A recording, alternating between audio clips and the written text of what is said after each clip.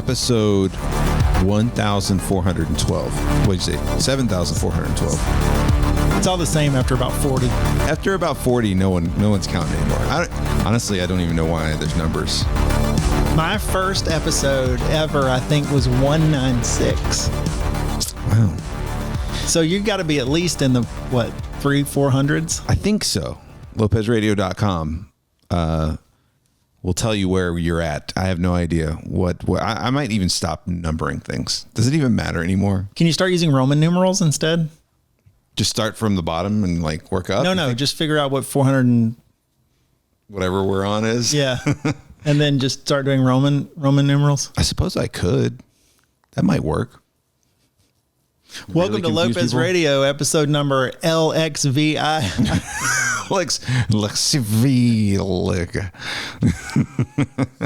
It is Lopez Radio, and it's been a while since I've done this, so I might suck at it still. But I am Lopez, and you can follow me at Lopez Radio. And then across from me is my good friend, Shawn Arnold. Hi. Hey, what's going on, man? How are you? This is the host of the TMIpodcast. I don't know if you guys knew this. TMIpod.com. Is that still up and going? I mean, it's still all the old episodes there, and there's some stuff there I'm really proud of. Like, I still will go back occasionally and listen to. There's some good stuff. I just, between like medical emergencies and work stuff, like I was talking to my wife about this the other day, like I should definitely get it back going. I mean, I should just start back. Yeah, why not? I think one of the challenges is when I originally did it,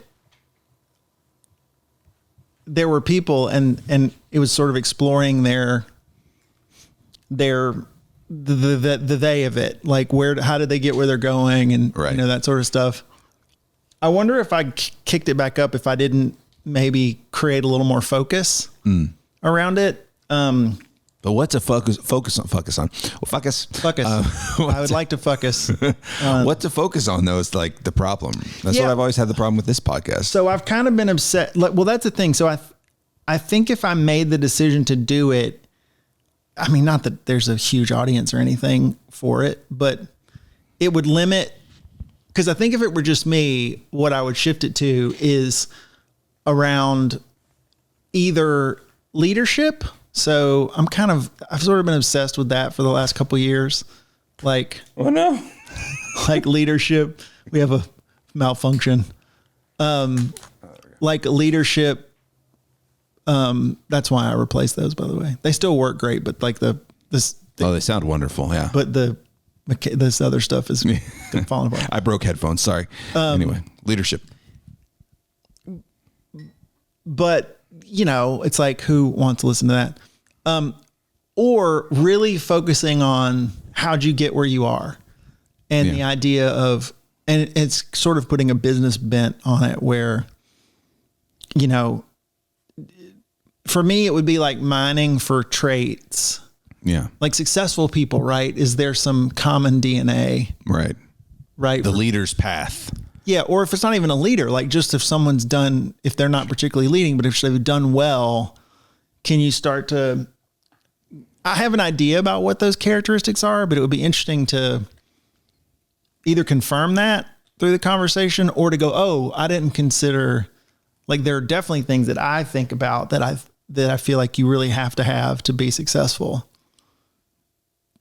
But to see, like, obviously from another perspective, like they could have gotten there with a different path, right? Yeah, that makes sense. For sure. I mean, because obviously there's expertise. If you're really good at something, right, you can find a pathway to that. If you're an incredible engineer, you probably are going to be okay. Right. But let's be honest. I mean, some of it I think is just ethic. Like, how hard are you willing to work? And then some of it is, I mean, just being real. It's personality and how willing are you to play the game, which a lot of people rail against, and you can rail against it. And I don't love it either. I mean, my wife and I talk about this a lot because she's obviously a woman. She's very successful in her field. It's very male dominated. And there's a lot of, I don't want to get into like the wage gap or, those sorts of things, but there's a lot of data that suggests that while I don't I certainly believe that there is some discrimination going on, right? When it comes like women, for example. But I also think that generally speaking, not wholesale, but generally speaking, guys are more disagreeable than women. Women tend to be more agreeable in a sense, meaning that they don't really necessarily, again, I'm generalizing, seek out conflict, right? Like there's plenty of women that deal with conflict. I think males generally tend to seek it out and then also try to resolve it really fast. And so, but a lot of stuff I've read suggests that people that get promotions and get raises are disagreeable. Like they'll challenge people to go, no, I need more money. They'll I need ask a for promotion. justification. I believe that I'm worth this and I will ask you for it. Instead of just like, I'll just keep doing my thing and just hope it happens. Mm-hmm. And so that just gets into like, again, playing the game. Like would people hope that as a manager or someone that has the power to elevate people in jobs, just look and go, well, that person doesn't hang out with me at the water cooler or go to lunch with me or likes the stuff I like or whatever, but they're really good at their gig. And so I'm going to give them I'm going to promote them or give them a raise. Well, and it's also squeaky wheel, right? Sometimes maybe a boss thinks, well, they must be happy. They haven't said anything to me, and it's not even something they're going out of their way to avoid paying someone. Like, people don't wake up in the morning and be like, how can I pay more money for what I'm doing today? They don't wake up like, how can I pay, I'd love to pay a little bit more money for the gas I'm putting in my car or something like that. No one does that. So, it's usually making a little more noise, but I think that, cause you're talking about, men versus women in the workplace, right? I think that it has to do a little more with just the type of person, because I know plenty of women that will very much the way you're talking about wants justification for what they're asking for, wants to know why they're getting this. And I think it has way more to do with the personality. And I think that it's a little harder. I think that it's harder for women because, especially maybe in industries where it's male dominated and it's like, you don't necessarily want to rock the boat. So you just kind of go with the flow, and you might be mad because you find out someone's making more money, but you're also not willing to make noise about it. And I know dudes that are like that too. So I don't think it's bound to any. No. I just think, again, if you were to pick X amount of people out of 100. Yeah. Right. You see that, to your point. Yes. Even women that are more disagreeable, they're still dealing with misogyny and those other. I'm not at all suggesting that stuff doesn't exist. I mean, I just think it's a compilation of, but I try to, like, to me, and again, this is very anecdotal. This is not driven by any sort of science, but when I look at like women CEOs, for example, so one of the things I do, because I listen to a lot of CEOs speak. Like if I find a CEO speaking about some sort of topic, I'll generally, just listen to some of it or all of it. And most of the women CEOs that I've listened to, you can just tell they got a hard edge, a hard, rough edge. Sure.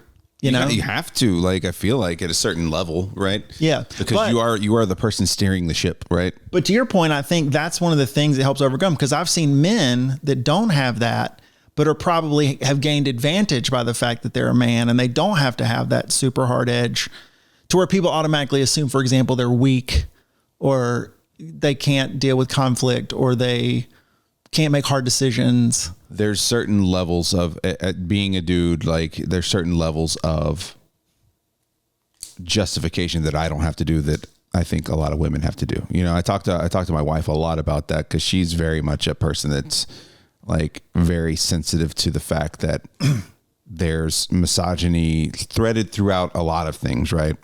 So we have a lot of discussions about it. And, I think being with her has kind of opened my eyes a little more to things that I wasn't aware of. Like, sure. just like, I never worked in the service industry, and she, made her way through college as a bartender and a server. Like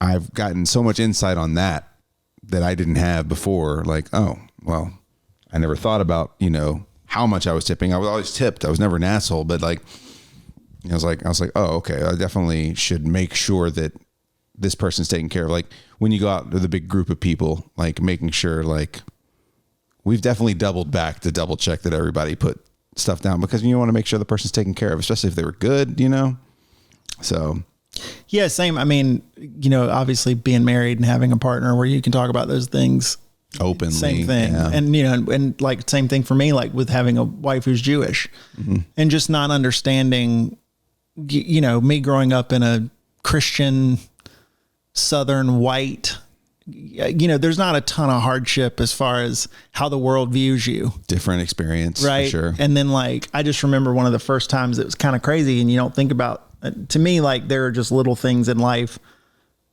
I try to be more present these days, and but I think sometimes you see stuff in life that makes you go, oof. But like the first time I ever went to my wife's temple, out in front of it are these huge planters.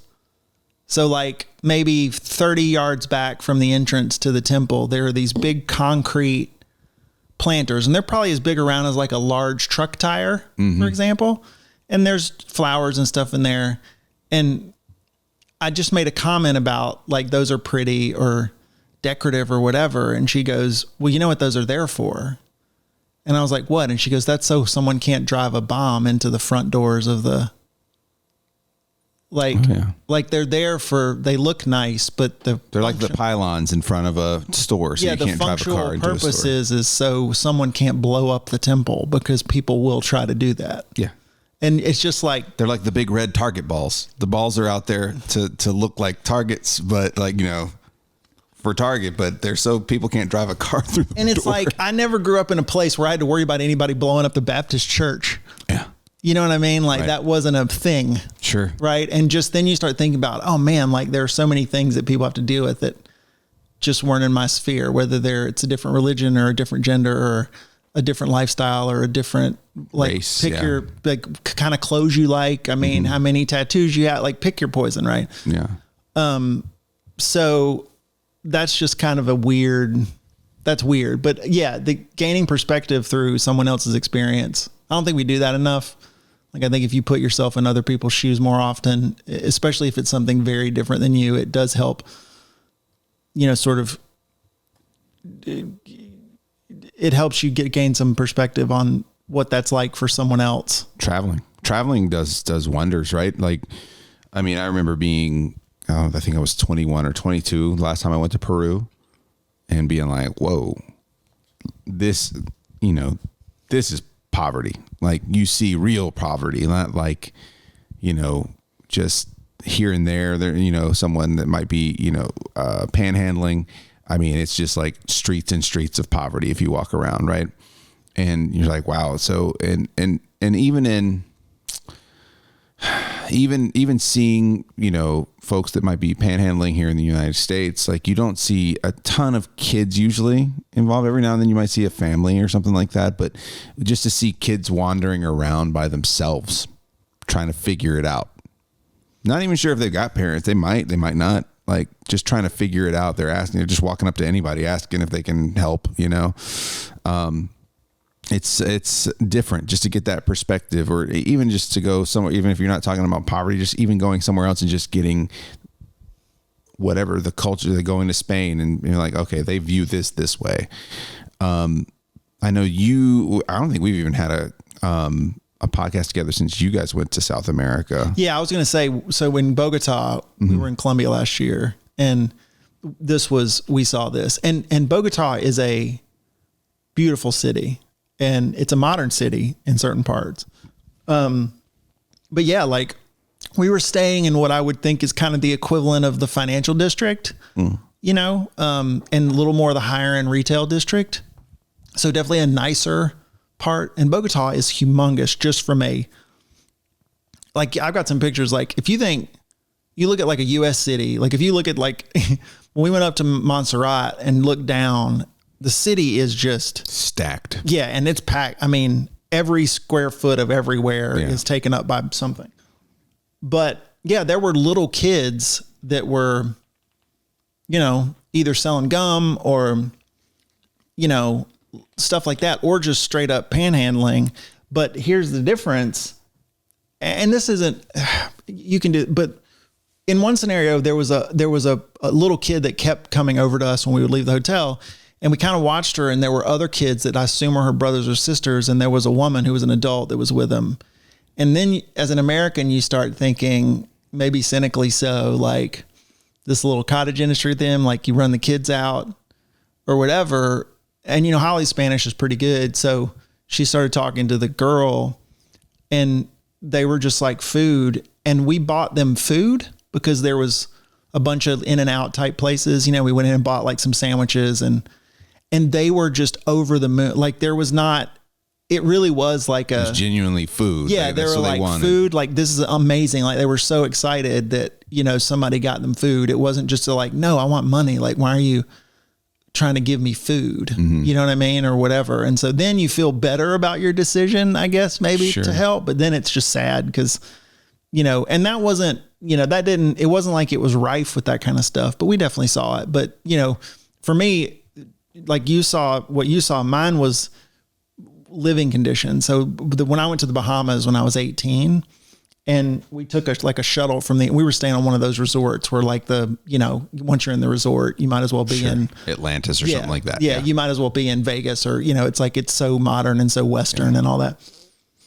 But on the ride over, we would drive past neighborhoods. And to me, it was just seeing like, you know, shacks made out of tin, and, you know, and that's when I was just like, oh, like this is poor. Right. Yeah. Like this is another, like, this isn't like, oh, you live in a single wide trailer and you still have an air conditioner and place to go to the bathroom. This is like 4 walls and a roof. Yeah. And that's it. Favela is like just. Yeah. And I was just like, what you need to be out of the rain. Yeah. Like this is just protects you from the elements. Right. Yeah. And that's it. Right. So, and again, fortunately that's a place where like the temperature is pretty moderate. So you don't have to worry about, you know, it's too much about, I mean, it gets hot, but it's not like it's, you know, it's on the water. So it's generally pretty manageable, but yeah, it was shocking, like, to see. Well, and even just to, you know, I've been to a lot of places in the Caribbean, and it's just, it's like that. Like they've just got the areas where the big companies have bought up space and made their own compounds. Essentially, they're just giant compounds, right? And then you kind of go through and you see the rest of it, you know, and it's not all just lounging around on the beach. Like it just isn't, like for everybody else. It's like survival, and a place where it's already hard to get stuff anyway, right? Yeah, and that's what's interesting with, you know, South America, because, you know, they do have resources like that, you know, and they take advantage of their natural resources. But, you know, like we got some unbelievable, like food was fresh and produce, and, you know, like we went like coffee and chocolate, and, you know, I mean, it's the climate down there, you can grow lots of things. Yeah. And, you know, that was interesting, but it's just a different, I don't know. I mean, I just think as Americans, our perspective is certainly, if you've never been anywhere else, it's easy to get a skewed perspective on stuff, because it's just a different, I mean, what stuff costs, you know, what people are, you know, why they do what they do. Like we would always try to go to local restaurants or little local, you know, these family owned. We had a guide that actually was from there. Yeah. That was the cool part to me. It was just having someone, we had that in Peru. It was like someone to just take you around and be like, I know this lady who does a kick ass this or that. Well, he's like, this is where me and my my mom still eats here every Tuesday. I want to eat where the locals eat. Yeah. Yeah. But you know, they're not, it just seemed to me that most of all those places, like those people love their businesses, and they were like they weren't pursuing wealth in a sense of like, I think how we think about, I mean, just from the conversation we started with, like about moving up through the ranks, acquiring more things, making more money, you know, that's just what they do so they can live.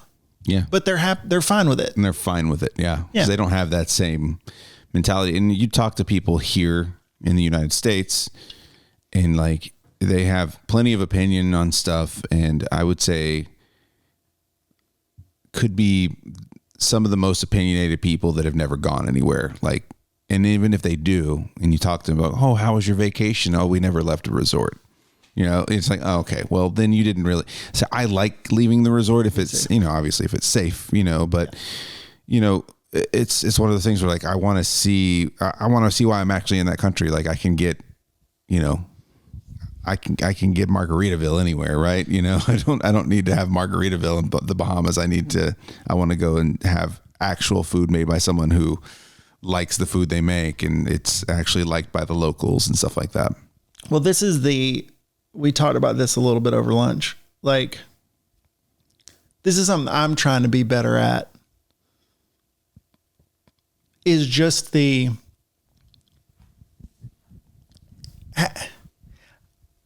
it's easy to have opinions about anything. Mm-hmm.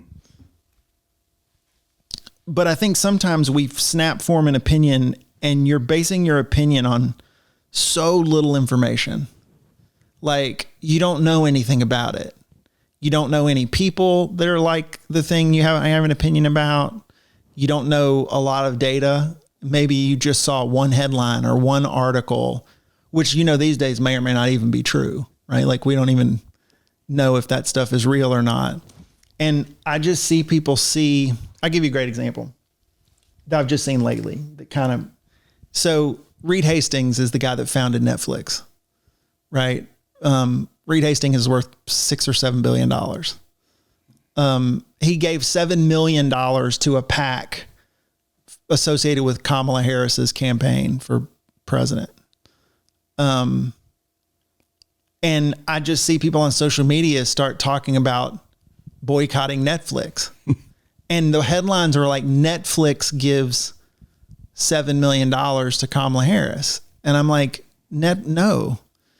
Reed Hastings, he's not he's on the board, which, if any of you guys know what that means, like, the board ultimately is there to advise, and theoretically they're the CEO's boss. So if the CEO performs some kind of negligent, you know, the board can remove, you know, through votes, and they're publicly traded anyway. So lots of people own Netflix, right? Like, lots of people have stock, but Netflix didn't give any money. Like, this guy was a billionaire, gave $7 million, which is like $30 to me or you, right? Like, he's worth $7 billion. Yeah. And, you know, and so that's the first thing is like, okay, no, Netflix didn't support a candidate, the company, right? It was the guy.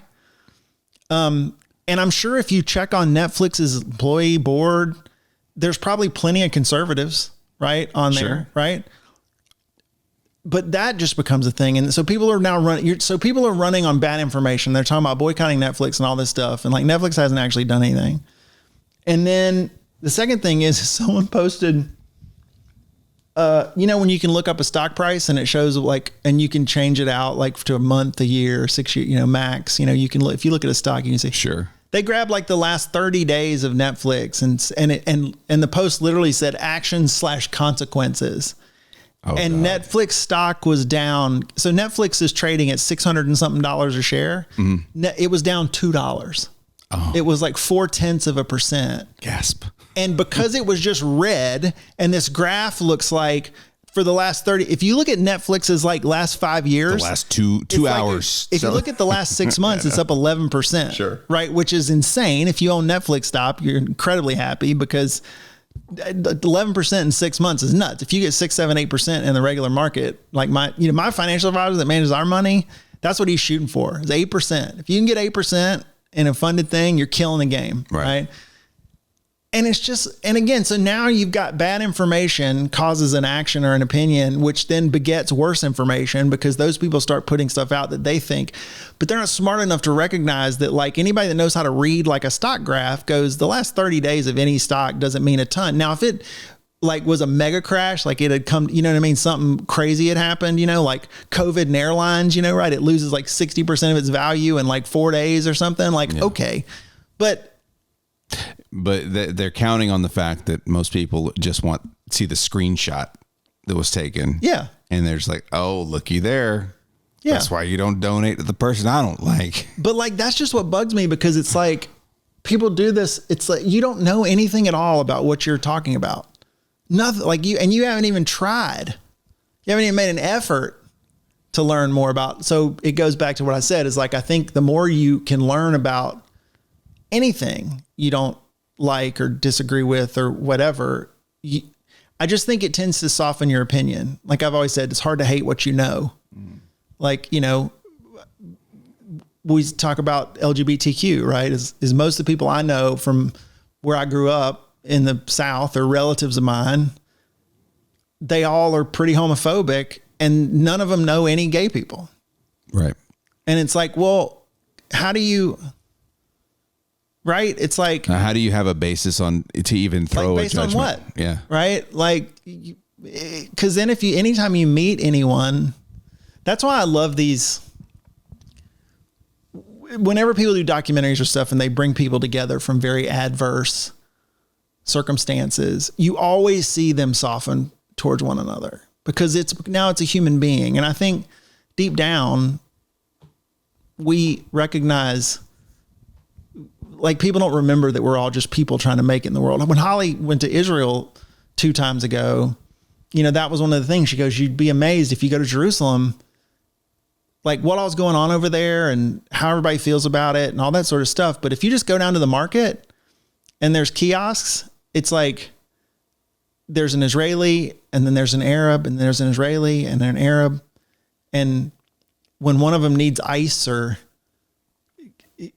because they're not doing this. They're not on the high level. They're not doing this existential exercise of like politics and all this stuff. They're just trying to make enough money to pay the rent and do all that. And so's the person next to them. And they don't look at them in this context of like how we look at this absolutism around, well, there's this side and there's that side.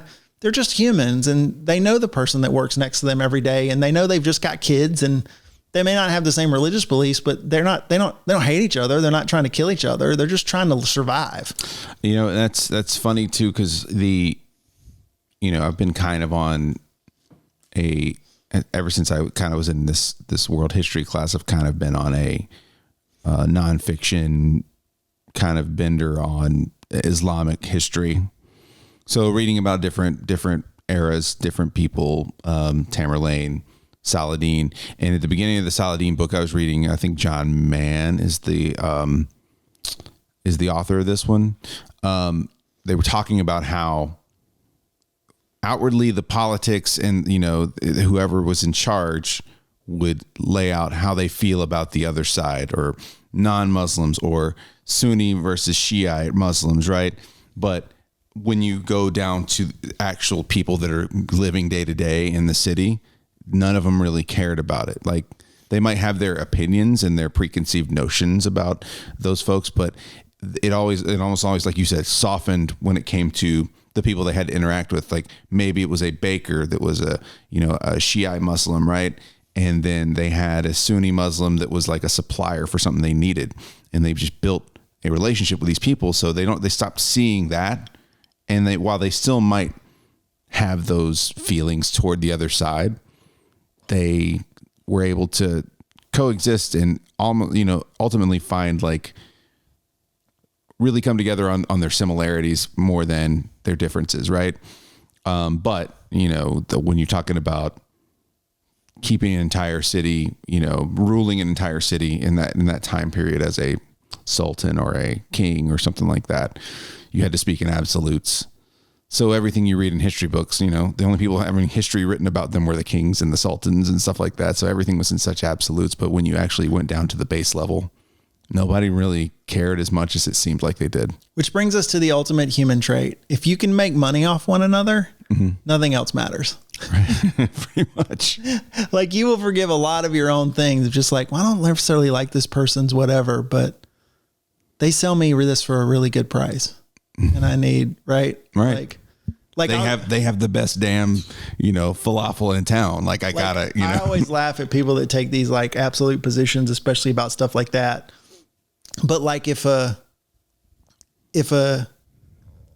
Middle Eastern family owned a gas station on the street down from your house and a super white family that's been in Georgia for 7 generations owns a place across the street and the white family's gas is 15 cents a gallon more expensive, no one is going like thinking about the guy behind the counter and making a decision about where they're going to buy their gas. Right. You're going to save the 15 cents. Yep.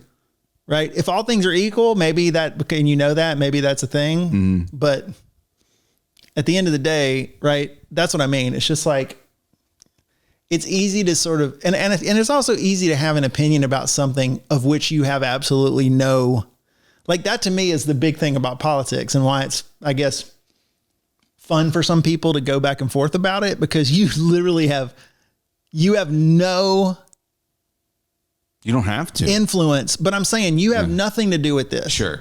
Like you're not, no matter who gets elected, you're involved in the decision-making process. Zero. You get to go vote, right? Occasionally at the local level, you do if there's a referendum about something, but for the most part, like you can rattle on because you're not having to make any of these decisions. And what I've always said to people too, is a lot of these decisions are ridiculously complicated, no matter where they land. Like if these problems are simple, we would just solve them all. And so it does end up being a like, well, I like this or I don't like that. Like we can say, like pick anything, like infrastructure, right? Roads and bridges.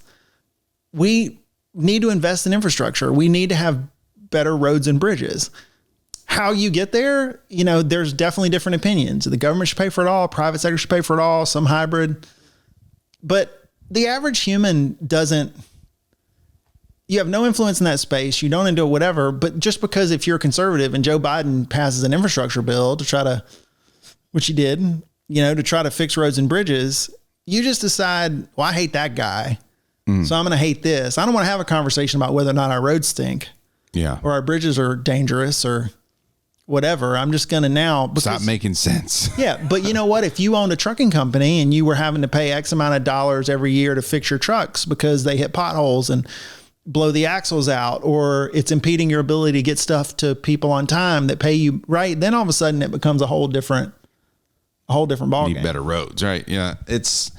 I was watching something the other day and, basically it was, I think it's Colin and Samir, I think is who they are on, YouTube. And they usually just talk to, different people who mostly are successful on YouTube, but just successful in the online content, you know, realm. And they were talking to, you know, a guy who was a political commentator. And they asked him why he, you know, every now and then he might debate somebody, you know, he might go on somebody's show or they might come on his show and debate him. But he's like, for the most part, I just kind of shy away from doing that just because, or avoid doing that just because you could have the smartest person in, you know, on X topic and have someone who just reads a few things online come in and they could actually hold their own in a debate a lot of times because they know enough to just kind of keep poking the other person, because it's not like they pick one topic and they go to this. He's like, what it's become is like, well, what about this? What about this thing I saw? Well, you can talk about that and have a great point about it, but what about this thing I saw? You're not talking about XYZ. Is like, so there's just a way now, especially, and you see it a lot in, I mean, probably in politics worldwide, but especially in American politics, of as soon as someone's backed into a corner, they're going to bring up a different point.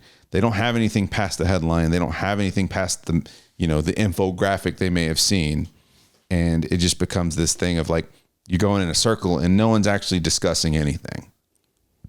Well, that's when I know I've won. Like anytime someone tries to deviate from topic, just if I'm keeping score in my head, I'm like, all right, well, I got you. Cause you know, we've now, it's over like that, you know, why else would you know, veer off topic? Right. Like that's the whole point. Or just some people don't actually have they don't know how to organize the information in their head in such a way that you can.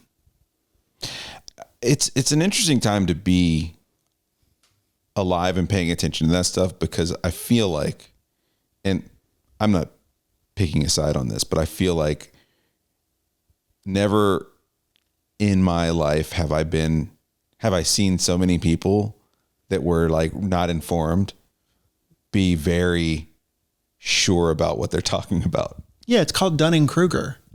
What's that? It's the Dunning-Kruger effect. Okay. So Dunning-Kruger is where, hold on. I don't want to screw it up, but let me tell you exactly what it is. Yeah. Yeah. And I mean, and once you know what this is now, you'll see. Just, and while you pull that up. So okay, here you go. Here it is. Dunning-Kruger is a cognitive bias that occurs when people overestimate their ability in a certain area due to a lack of knowledge in that area. So it's when you know a little, but not a lot, and it empowers you to act like you know way more than you do. Yeah. And we see it all the time. It's such a large percentage of social media, right? Like that's what we see. And that's why I avoid it largely, because everybody's like, I know this because my side says this is what I should be believing. Yeah. Or just even, I mean, like I'm not going to pick a side here, but like COVID and it just was the thing, like right when it started, you just had all of a sudden everybody was an expert on masks and fiber technology and molecule size and what, you know what I'm saying? And I'm like, wait a second, like 99.9% of the people having this conversation, you literally don't know. Like people study their entire lives to understand this shit. Yeah.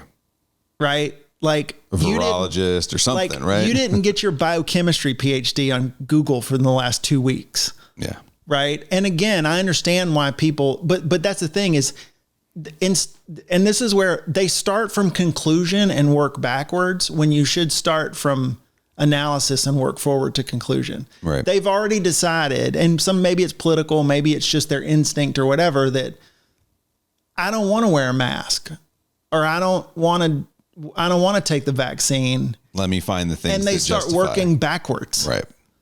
Right. Instead of working forwards and going, I don't know anything about any of this.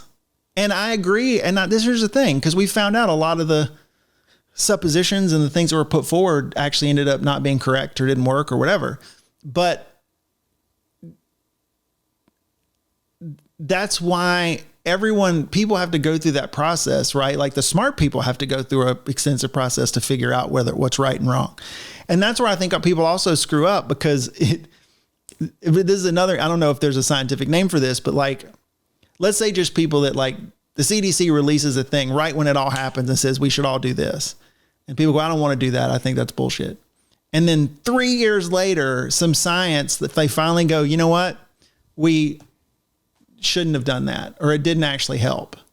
And the people that said that at the beginning go, I knew it. And then they feel like somehow they're validated. Bolstered, yeah. And it's like, here's the thing. You're not actually any smarter. Yeah. You didn't fucking know either at the time, right? You flipped a coin. Yeah. Right. You reached into a bag filled with $1 bills and $100 bill and pulled out the $100 bill and are equating it to some level of skill or expertise when there was none. You had an instinct and it was correct. Like you can't base it on it's not based on any sort of like someone that actually knows better. Yeah, it is weird to go back and look at that time, because I mean, no one was sure. So what I say most, I don't even know what most did, right? It's more so like if you wanted to be careful, you were careful, right? You were like, I'm going to take the precautions. I'm going to stay in. I'm going to, go out. If I go out, I'm going to wear a mask, whether it helped or not, I have no idea. And, now you look back on it, and it's weird to look back at those times, right? It's weird to like go back and listen to a podcast during COVID. Krista goes back a lot and she has a couple of podcasts she really likes. So she's like, I'm going to go listen to their back catalog. So, in one of them, she got all the way back before pre-COVID, and she's like, that was weird. And then into COVID, and just like to hear the conversations, but like even going back and listening to our parent podcast that we did, or that we're doing during that time, is just like just the level of precaution we were taking. She's like, it's just so weird to think about. And I'm reading a book. I was telling you about it right now, a Stephen King book called Holly. And I think it's his first release after COVID. I think he released it in 2022 or 23, right? And it all is taking place between 2018 and 2021. You're kind of jumping between two timelines as the story kind of merges together. And so it's fresh. It's during COVID. So just to hear all like the concerns that someone had or didn't have, right, on either side, you're kind of like, this is so weird because we were super careful. And maybe it ended up being in the long run unnecessary, but we didn't know, we had no idea. So, at the time, especially for me and my wife, we're pregnant for the first time. It's like, I'm not going to take any chances, like, and possibly have a problem, Well, and to me, the overarching thing is like, what if you're wrong? Exactly. Like my thing that I always would say to people, because here's what we know. Millions of people died. A lot of people died. Including my mother. Right. From COVID. Perfectly healthy. Got it. 2.5 weeks later, gone. That was my thing is like, I will concede to the court that I'm sure the smart people are trying to figure this out. Right. Mm-hmm. But people would take this almost on principle antithetical. Like, not only am I not going to stay in, mask up, I'm going to go out more. You saw people, I'm going to get in people's face. And I'm just like, what? Like, it's fine if you don't agree, but what if you're wrong? Like, what if you give COVID to someone and they die? Like, is that like, I don't think it registered. Is that rolling around in your head anywhere? Like, to me, that's the thing, is like trying to think about how stuff impacts other people, which I think as humans, we're really bad at. But empathy. Yeah. But it's just that to me was just even if I was like, well, I'm not gonna, but these are real, like, honestly, at this point in the game, like, this is how I feel. You don't see it much anymore, but like when I go out into a public place and like I see people smoking. Yeah. Right. And it's like, hey man, like, I don't care if you want to smoke, but we know what smoking does. Right. And there's people around you. Like, I see it all the time with people with little kids. And I'm like, what's it like in the house? Are these kids just breathing in smoke? Like, we know what that stuff does now. Yeah. Right. It absolutely will kill you and the people around you. Right. But people don't give a shit. Yeah. And it's just the weirdest. It's so weird to me. I had a stepdad that smoked in the car, smoked in the house. Like, when all, like, and then you're talking about the 90s, like, this is when it was like all the science was coming out of like how bad it was. And it's just kind of like, I just think that people are just like, no, just like, I don't want to wear a mask. I want to go out. He was like, no, I want to smoke in my house and I want to smoke in my car. I don't care who's in there with me. And it's just like, okay. Yeah. I mean, but again, it's just the minute there's any inconvenience, it's almost like people just don't want to be inconvenienced. And until it affects them personally, because I felt a certain way about COVID and how to deal with it. But, and now I just try to avoid the conversation with people, even now, years later, because when mom died, it became something different for me. Yeah. And she was one of those people that didn't think it was unsafe, and she did nothing. She went out, she went places, and she was around other people that obviously like-minded people. That's what we do. Yeah. And none of them did it. And she went somewhere and she caught it. And the guy she was dating at the time, my dad died in 2014. Right. And there was this guy and he was the same way, and they both got it. They went to something where several people got it and everybody lived but her. Yeah. And it's like, well, that sucks because it was avoidable. Right? Yep. Like 100% avoidable. Well, and then that happened. And I remember when that happened. And so that was one of those things where it's like, well, we need to be careful because we just don't know who it's going to affect. Like, I don't want to, a lot of it was, I don't want to give it to anybody else and have that happen. Right. And then it became, halfway through figuring all this out through that year, it's like, then it became, well, I'm about to have a kid and I don't want my kid to die from that. Right. So when you have conversations with, I've made no, I haven't avoided the fact on this podcast or any of my other stuff that, I have a couple of parents that didn't want to get vaccinated. Right.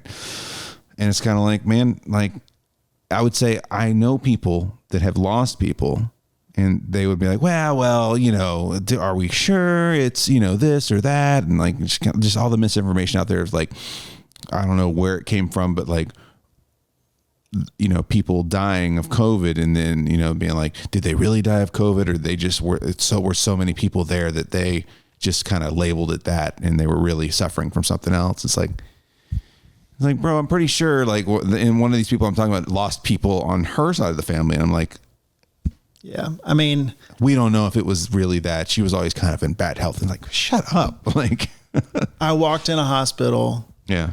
I could only be me. I had to put on PPE. I had to stay I couldn't go in my mother's room. I had to look at her through glass. Yeah. They wouldn't let me be physically in where she was. I talked to nurses. I saw a hospital that was jam packed. Right. Like that to me, it's like, again, like, have your own, whatever you think is fine. You're an individual and you have a right to that. But to just deny that's the thing. It starts to creep up on denial, which to me, like, sort of feels like how, you know, like the Holocaust. And it's like, because it's not politically expedient, you just start to act like something doesn't exist. Yep. Right. And that just feels gross. It's like, you know, don't disrespect me or my mother that way. Like, you can not do whatever the fuck you want. Right. I don't care. Don't act like this isn't a thing. Yeah. Right. Like, that to me is where I get angry. Like, I'm not mad at somebody if they don't want to get vaccinated. It's fine. Yeah. But don't tell me this doesn't exist. Right. I watched my mother die. Yeah. I watched her die. I watched her go from having a cold to not being able to breathe, to going to the hospital, to having a mask on all the time, to getting ventilated, to dying. Yeah. Every step of the way. And, you know, it's like, motherfucker, I've seen it. Like, don't tell me there ain't a snake. Like, I almost stepped on it. Yeah. Right. And that's what bothers me. It's not your decision. It's just like acting like somehow I'm the crazy one because I saw what I saw and I went through what I went through.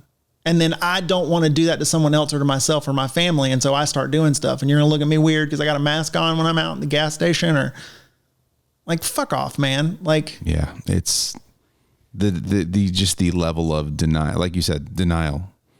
It's just, and it's because a lot of it too is because so many people weren't touched by it. Right. So they're kind of like, it's kind of like the whole missing child or, you know, missing persons thing. It's like, well, yeah, you're only not concerned about it because it wasn't someone you fucking know, right?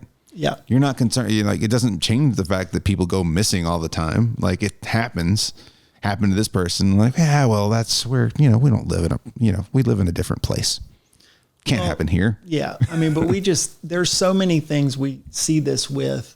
It's just true. I mean, again, I've said 100 times, like, my medical situation, I just don't think you can tell anyone anything. No. Like, I think they have to go through something. Like, I've had people that call me and said, I've got gallstones. And I'm like, you need to get that surgery yesterday, right now. Yeah. Like, you don't need it. It's minimally invasive. They do tens of thousands of these procedures a year. 'Cause I waited and my life has changed forever, you know, but again, there's so many things. It's like, you know, I hate this. A few years ago, this was like a friend of mine, like, guns, right? And I'm a gun owner, right? But a lot of people get killed from guns in this country. Just a fact. I'm not saying you should ban guns, but then their kid shot himself by accident because he had an unsecured gun in his house, and his 8-year-old found it and shot himself. And now guess what? That guy sings his tunes he sings a little bit of a different song when it comes to gun safety. And I'm like, oh, you think? Fortunately, the kid didn't die, but, you know, and that's the thing. Like, we create these like binary zero-sum scenarios where it's like, on one side, you've got arm everyone, and on the other side, you've got ban everything. The reality is, it doesn't have to be that, right? Because can we not just have a conversation and go, wow, we sure do shoot ourselves a bunch.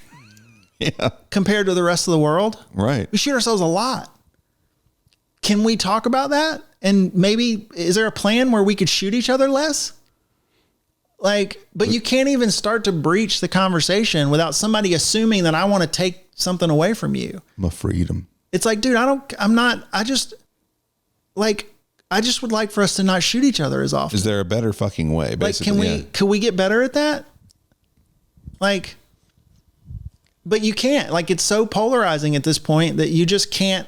Again, they're not going to hear what you're saying at all. You're going to breach the subject. They're going to make a decision on where you're at, and they're going to run off to their side of the thing and just like turtle up and start throwing out their thing. I mean, it's honestly why I don't have, I mean, we were talking about this on the way back from lunch. It's why I just don't have the conversation with anyone on, that's so extreme that they're not going to listen, Yeah, it's pretty sad actually, because the only way you solve it is through that. Like, the only solutions are through actually some sort of like discourse. But people are so locked in place, right? It doesn't matter who's on the ticket. They're voting for that person, right? It doesn't matter what you have to say or what good points you have about COVID or guns or how closely it affected you. They're still going to think the way they think. There's no amount of things you can say that will change minds. Like, the only thing that changes a mind is what you went through, right? Like going to the hospital, or what your friend went through when his kid shot himself on accident. Like, that's the only thing that changes people's minds, and what you can't go and force that kind of thing to happen. Well, and this kind of now caveats back to where we started talking about business and individuals, and the enemy of growth is assuming there's no place for you to grow into. And I think we make that mistakes as individuals. Like, I see that a lot with younger people that I work with, where they're mad about something. I don't make enough money. I don't have a big enough voice. I don't have enough responsibility. And my response is always, well, how much time are you investing in getting better? Developing new skills, learning more about what you do, learning something else. This is the same thing to me that is a problem with Americans and America. If you just assume that we're as good as we're ever going to be, that's right. You got to have the mindset of like, yeah, America's great. Comparatively speaking, again, go other places. Like, this is very un-PC. We have poor fat people. Yeah. I've been in places where homeless people are overweight. So go to Central Africa, for example. People in poverty, they look like they could die at any moment from hunger. Yeah. Right? But you can simultaneously say, this is a pretty awesome country to be a part of, but we could get so much better in so many places. Like, that to me is like, people love sports in this country, especially where we live in the South. It's like, let me tell you something about high performing athletes, professional athletes, anybody that's like world class. None of them think they're as good as they're ever going to be. They spend every hour of every day trying to figure out how to get better. Yeah. And that's what bugs me, is like, just like, we're great and we don't need to do any work. Keep it like it was. Take it back to what it used to be. Yeah. There's nothing we should change about anything, because nothing is as good as there's nothing that is as good as it can be if you try to make it better. Mm-hmm. Nothing.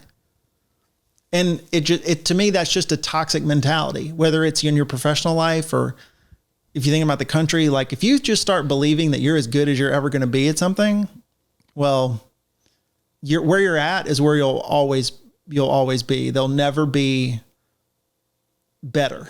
Yeah. It's an arrested development. Yeah, right. It's absolutely. just, you're just kind of stuck in place. And, it's tough to, I think that, like, for some people, you talk about athletes, you see it a lot in artists too, where they're kind of like, you'll talk to artists, like you can talk to a painter and like, he hates everything. Like, I've got my tattoo artist, Mike Groves. I've got so many pieces of his art, and I'll be like, hey, check out what I just hung up, or, I just put this in a new place in the room. He's like, ugh. He's like, ugh. He's like, I remember being there. Like that's his reaction every time. It's like, I remember where I was when I, mentally at that point, it's kind of like it's looked at as it's looked at as like looking backwards and being like, oof, I could improve more. And it's always that. And, I'm not saying that's every artist. There's some artists that think that they're the shit, right? And maybe they are, maybe they're not. But yeah, I think it's hard. Like, I go through that with, any kind of thing I create where I'm just kind of like, ugh, I wish I could do more of this, or I wish I could do this better, or, I need to figure this thing out. And that's just trying to figure out how to make something that you enjoy doing, or that you enjoy, having even better. And I think that you're right. Like, it's overall, I think there's a lot of people who would love to see improvement, but there's more people who are just happy with leaving things the way they are. But you can also be proud of something and recognize where the improvement can occur. Right. Like, that's just like my personal athletic journey. I could go out and strike out 15 guys and nobody scores any runs and we win the game, whatever. And in the postmortem of that, none of my coaches or my dad, we're not sitting there looking at all the stuff I did well. We're finding the stuff you didn't do so well. Why'd that guy get a hit in the third or why'd you make that decision right here? And I don't mean you should do that punitively. Like, I think we should celebrate our wins. And it wasn't done in a way of like, you suck. Right. But the things that I did well don't need work. Right. And if you're constantly striving toward this idea of better, which, and the minute you realize that it's not really achievable, it's about the journey. Like, because then once you get better, then you're looking at the next stage of better. But that's what helps prepare you for like, ooh, yeah, okay, like this decision wasn't good, or there's a mechanical thing I need to clean up, or, whatever those things are. Like, those are the things you focus on and try to, right. So the next time is just, you hope to be able to repeat the outcome, because the next time there's going to be things you did really well that you're not going to do as well.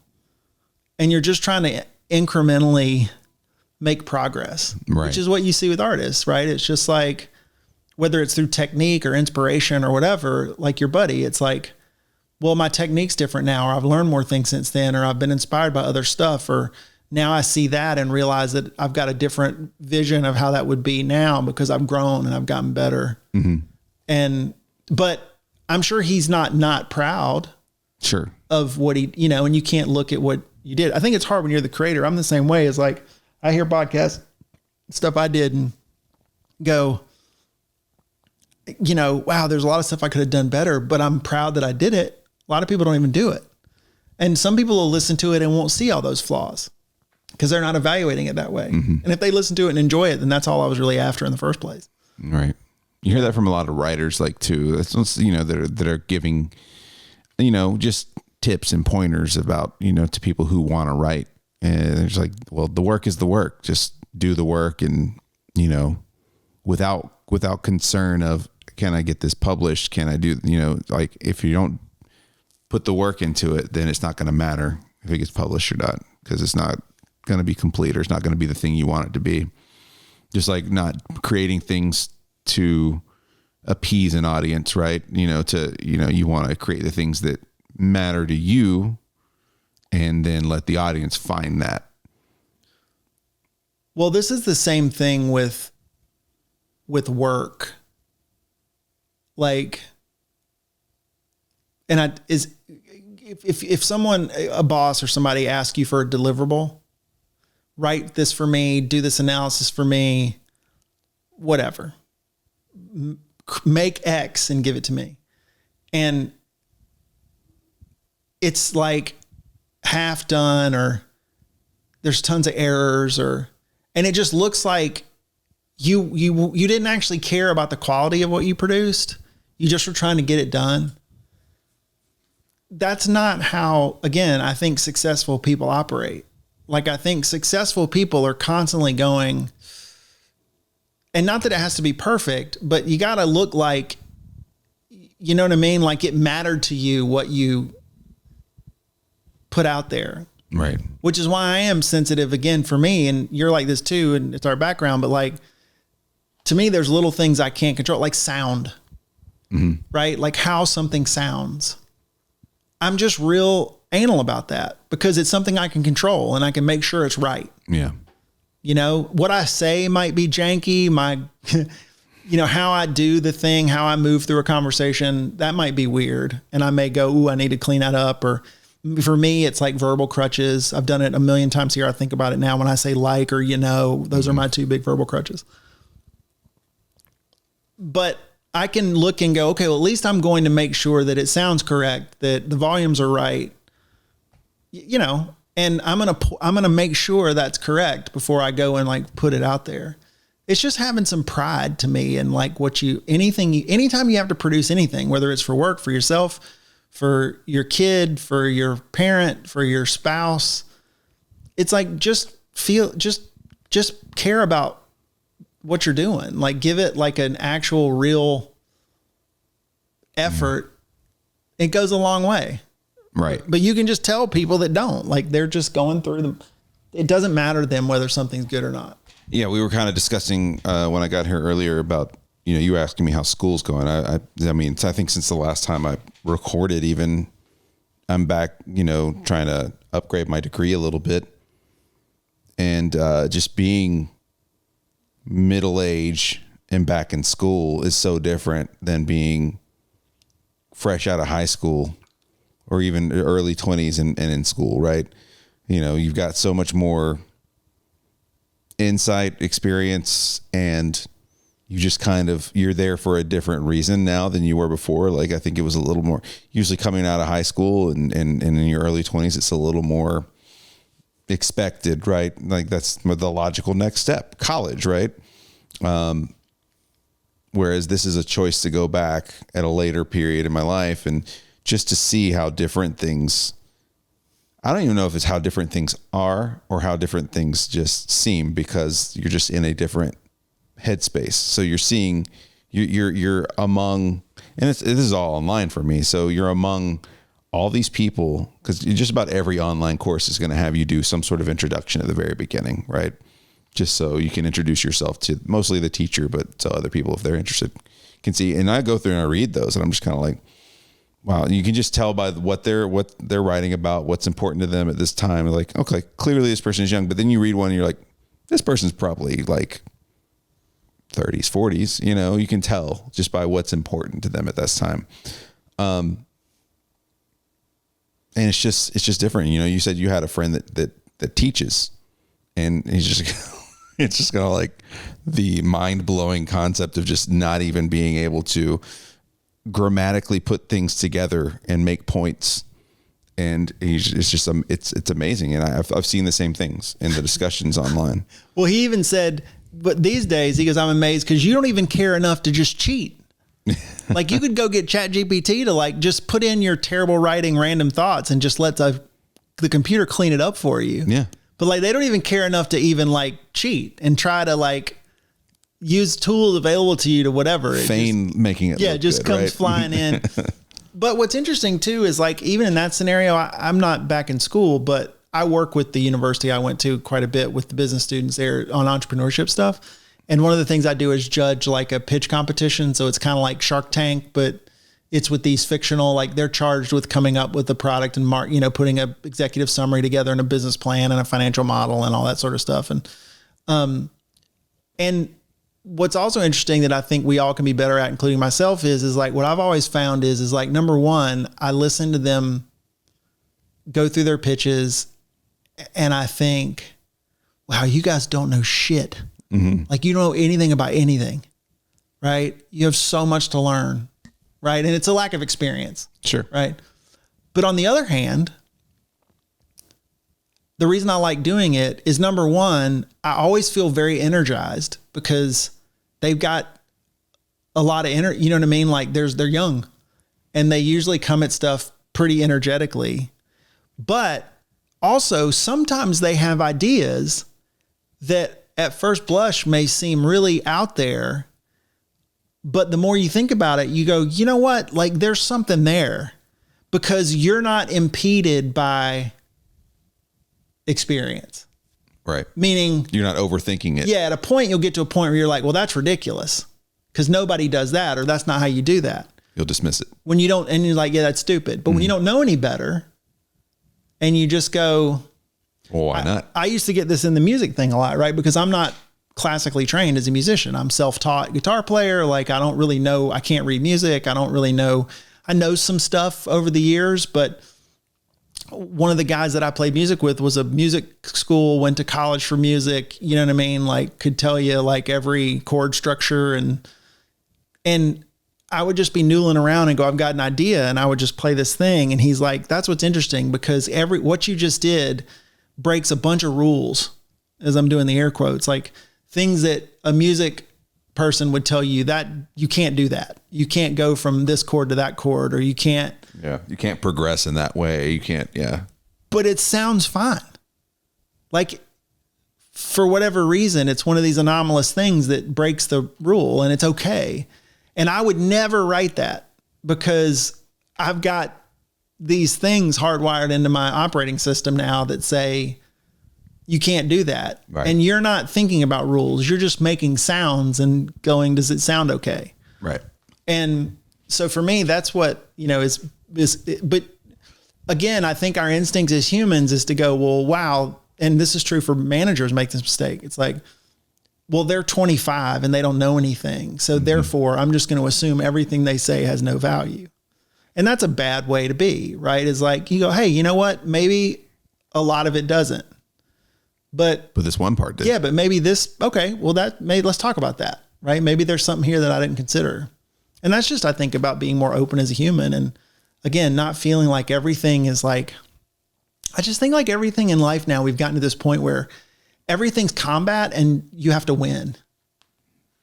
Instead of it being like a journey where we're both trying to get to the same place. And maybe if we help each other, we can get there a little faster, a little better. Well, and I think that's part of the problem of all the stuff we were talking about with social media earlier. Everybody's kind of gotten to that state of like my way, is right. And I've got, I'm ready to go to war over this, like one thing that I'm set in. So even take what you were talking about with like having a discussion, like an open discussion about guns, and you said automatically some people are going to shut off and just be like, well, I know where I stand on guns. So blah, blah, blah. It's the same thing. Right. Mm-hmm. And it's like, just being able to do that is such a tool to be able to actually discuss it openly and actually listen to be like, okay, what bits of this make sense versus, well, clearly this doesn't, that part doesn't make sense. And I think people in general have shut themselves off to that. So here's an exercise that I've been trying to do for the last couple of years.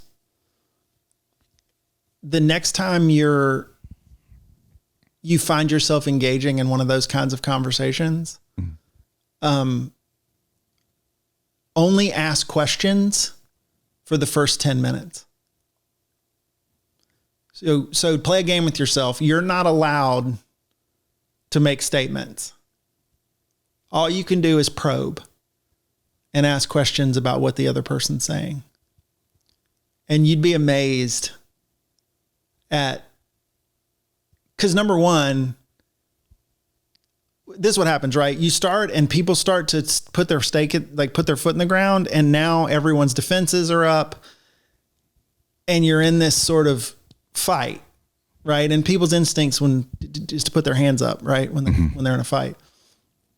But when people start talking about something and they're anticipating a fight and you just start asking them questions about their position, and I don't even mean like sarcastic questions. I mean, just like, okay, well, how'd you get there? Or what was it that made you think that way? Or not condescending in any way, just like honestly, like exploring what they're saying. And you'll find out that people are like, oh wait, he's not just going to fight me right away. Like, okay, well now I can start, and they'll actually start exploring their own opinion because they don't feel like they're in this, like, I've got to defend my position. Right. And then you probably internally have your own like same thing, right? Like I know how I think, and someone might say something, you go, oh man, I never thought about it that way. Right. Or that's interesting. And that'll start to, And then after you let yourself, after that 10 minutes is up, then you can start saying, okay, well, it's interesting you said this and I understand, but I sort of feel like this. And again, when you start introducing that stuff in a very non-combative way, that's how you can actually end up having a legit conversation. But just being interested in someone else's opinion first for a while will set up that engagement for success a lot better. And it's hard though, because someone will say something that you're really passionate about or something, and it'll make your blood boil, and it's really hard to do. But if you can make yourself do it, you'll have way more interesting.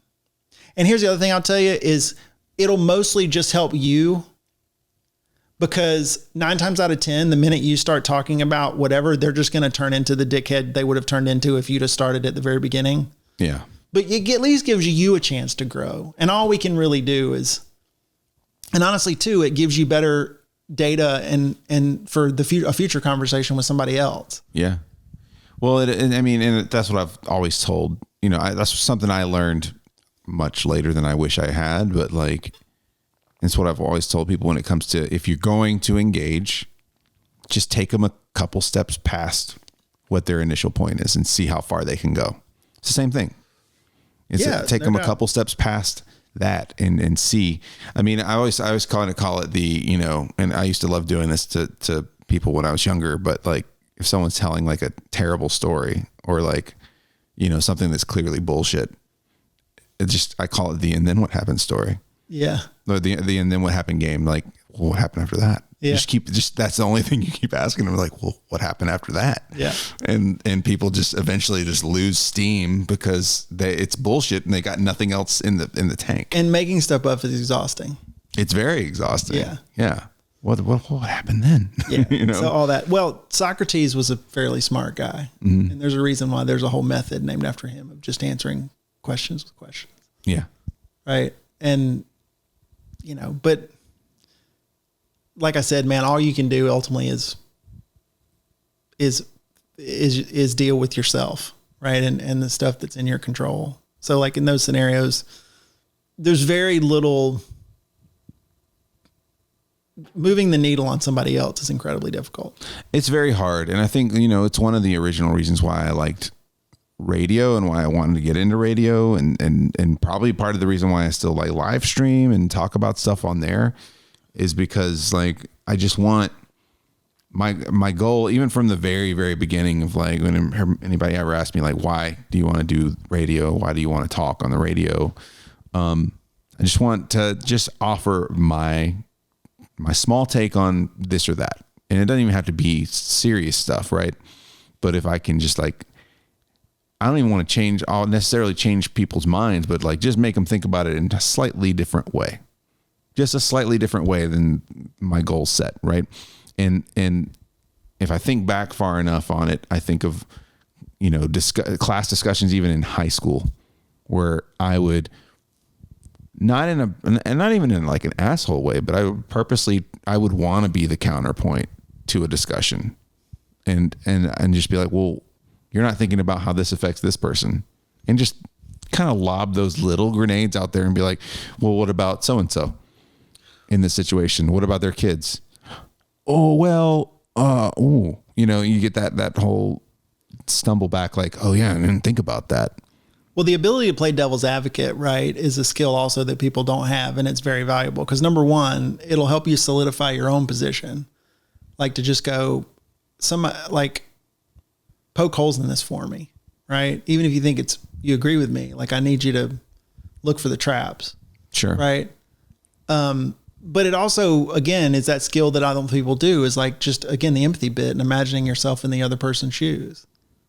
Like Holly and I have gotten into this argument a lot. We're going to just touch on every like third rail topic there is now. Right. But when abortion comes up, yeah. Right. So my best friend is Italian Catholic and he's conservative, but he's moderately conservative. He's not, he's conservative about stuff you might imagine, but he's pretty moderate, right? Sure. All things considered. But, Holly obviously is a woman, has a very black and white opinion about woman's right to choose and body control, and which I totally understand, right? And some I tend to agree with politically.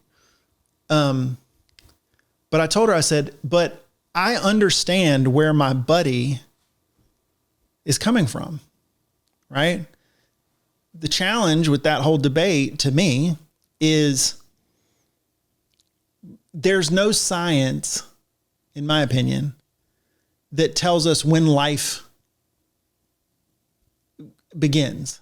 Meaning when sperm meets egg, when the brain is firing, when the fetus can survive outside of the, right? Everybody's got different detectable opinions. Heartbeat. Yeah. Like everybody's got different opinions about when's life start. It's subjective to the person. We certainly right? can't prove when a soul shows up if you believe in, if you want to look at it in a religious context or whatever.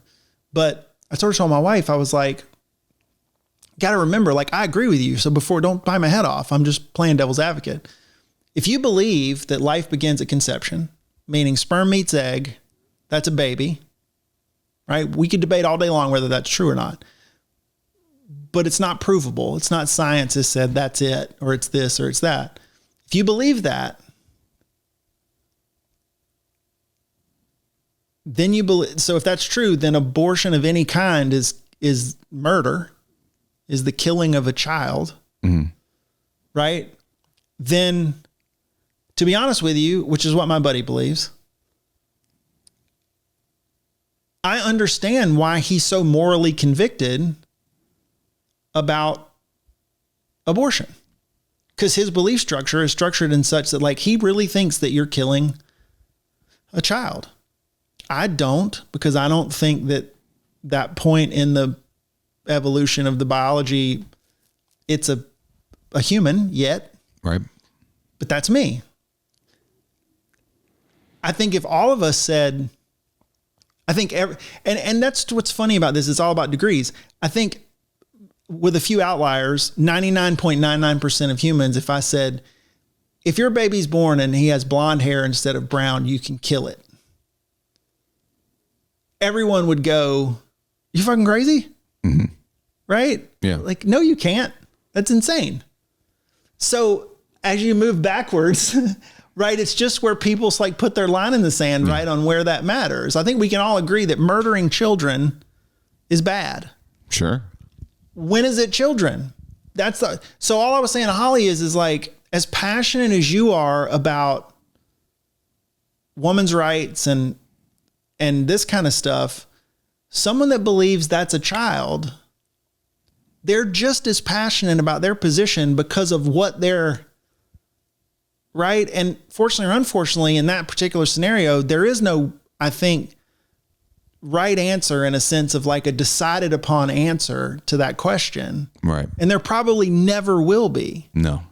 And which is why I always tend to default to, which is what I say for most things that this applies to, is like, if we can't say for sure that it's true, like smoking will kill you, therefore we're going to regulate cigarettes or whatever, you should let people make their own choice. Don't take people's choice away, right? Like, it's applying force, right? And so I generally don't like for the government to apply force in those types of scenarios. So in that scenario, it's like, yeah, okay, well then don't have it. That's cool. You believe that conception and all that. So don't have an abortion. If you talk to people, encourage them not to have one, et cetera, et cetera. But if I don't share your belief about when this life starts thing, and I'm okay, and I'll never have this anyway, I'm not a woman, but if a woman wants to make that call, she should be able to, because she doesn't believe what you believe, and we shouldn't be pushing beliefs down on people, I think, in any direction, which is why I tend to move towards choice, because it's just like, if it's not right for you, don't do it. Right? Don't make it a rule. Like, don't take your belief and say it has to apply to everyone else. But anyways, the point of all that is like, by playing sort of the other side of the game, I understand why my buddy feels, I really do understand why he feels the way he feels. Because if you thought it was murdering a baby, if it was a grown baby, you'd be appalled. Well, he's appalled because he believes that it is. I don't agree with him about But you can't make him change his feeling about it, right? But also too, it's just like, he's not a monster. He's not trying to suck the rights away, right? Like from women. That's like, in the same example, is if someone did want to kill their baby because it had blonde hair, saying you can't murder a baby is then saying, well, you're taking rights away from me. It's like, no, I'm not. You can't murder a baby. Yeah. Right. Like that's like, as a society, we could agree on that. So that's all I'm saying. I don't agree with his position politically, but I understand why he has that position. And it feels like that's what we're lost on. It's like, I can understand why you believe what you believe. Mm-hmm. I just don't agree with it. I'm not going to devalue him. It's not going to impact our friendship. I'm not planning on having a baby with him. So we'll never have to have that conversation between the two of us. Yeah.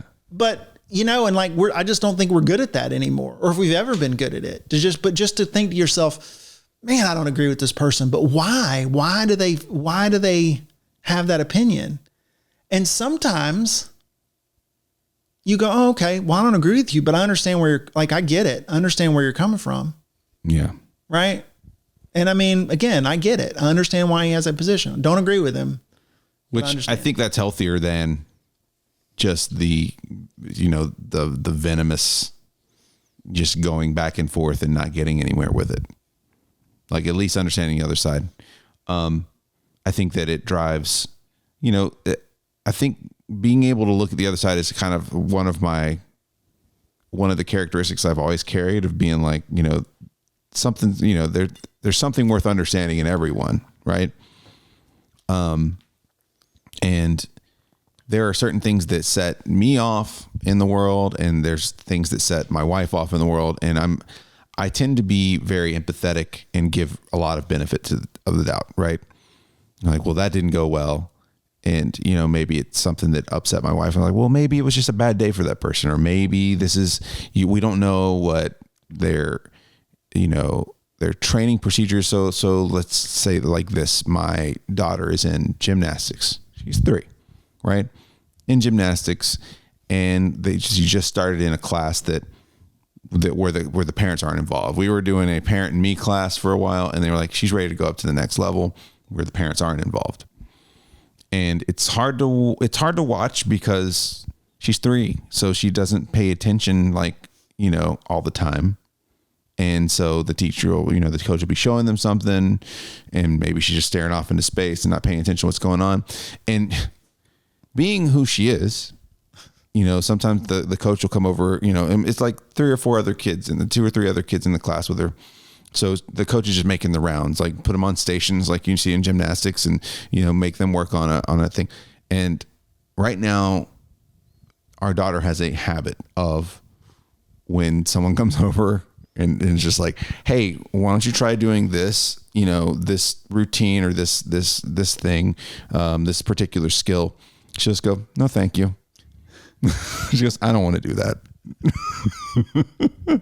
And then she goes, what the hell does this button do? Yeah, exactly. But like, she's like, no, thanks.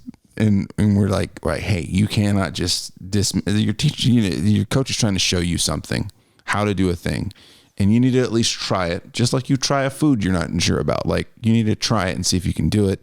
Don't just dismiss them. They're taking the time to show you this.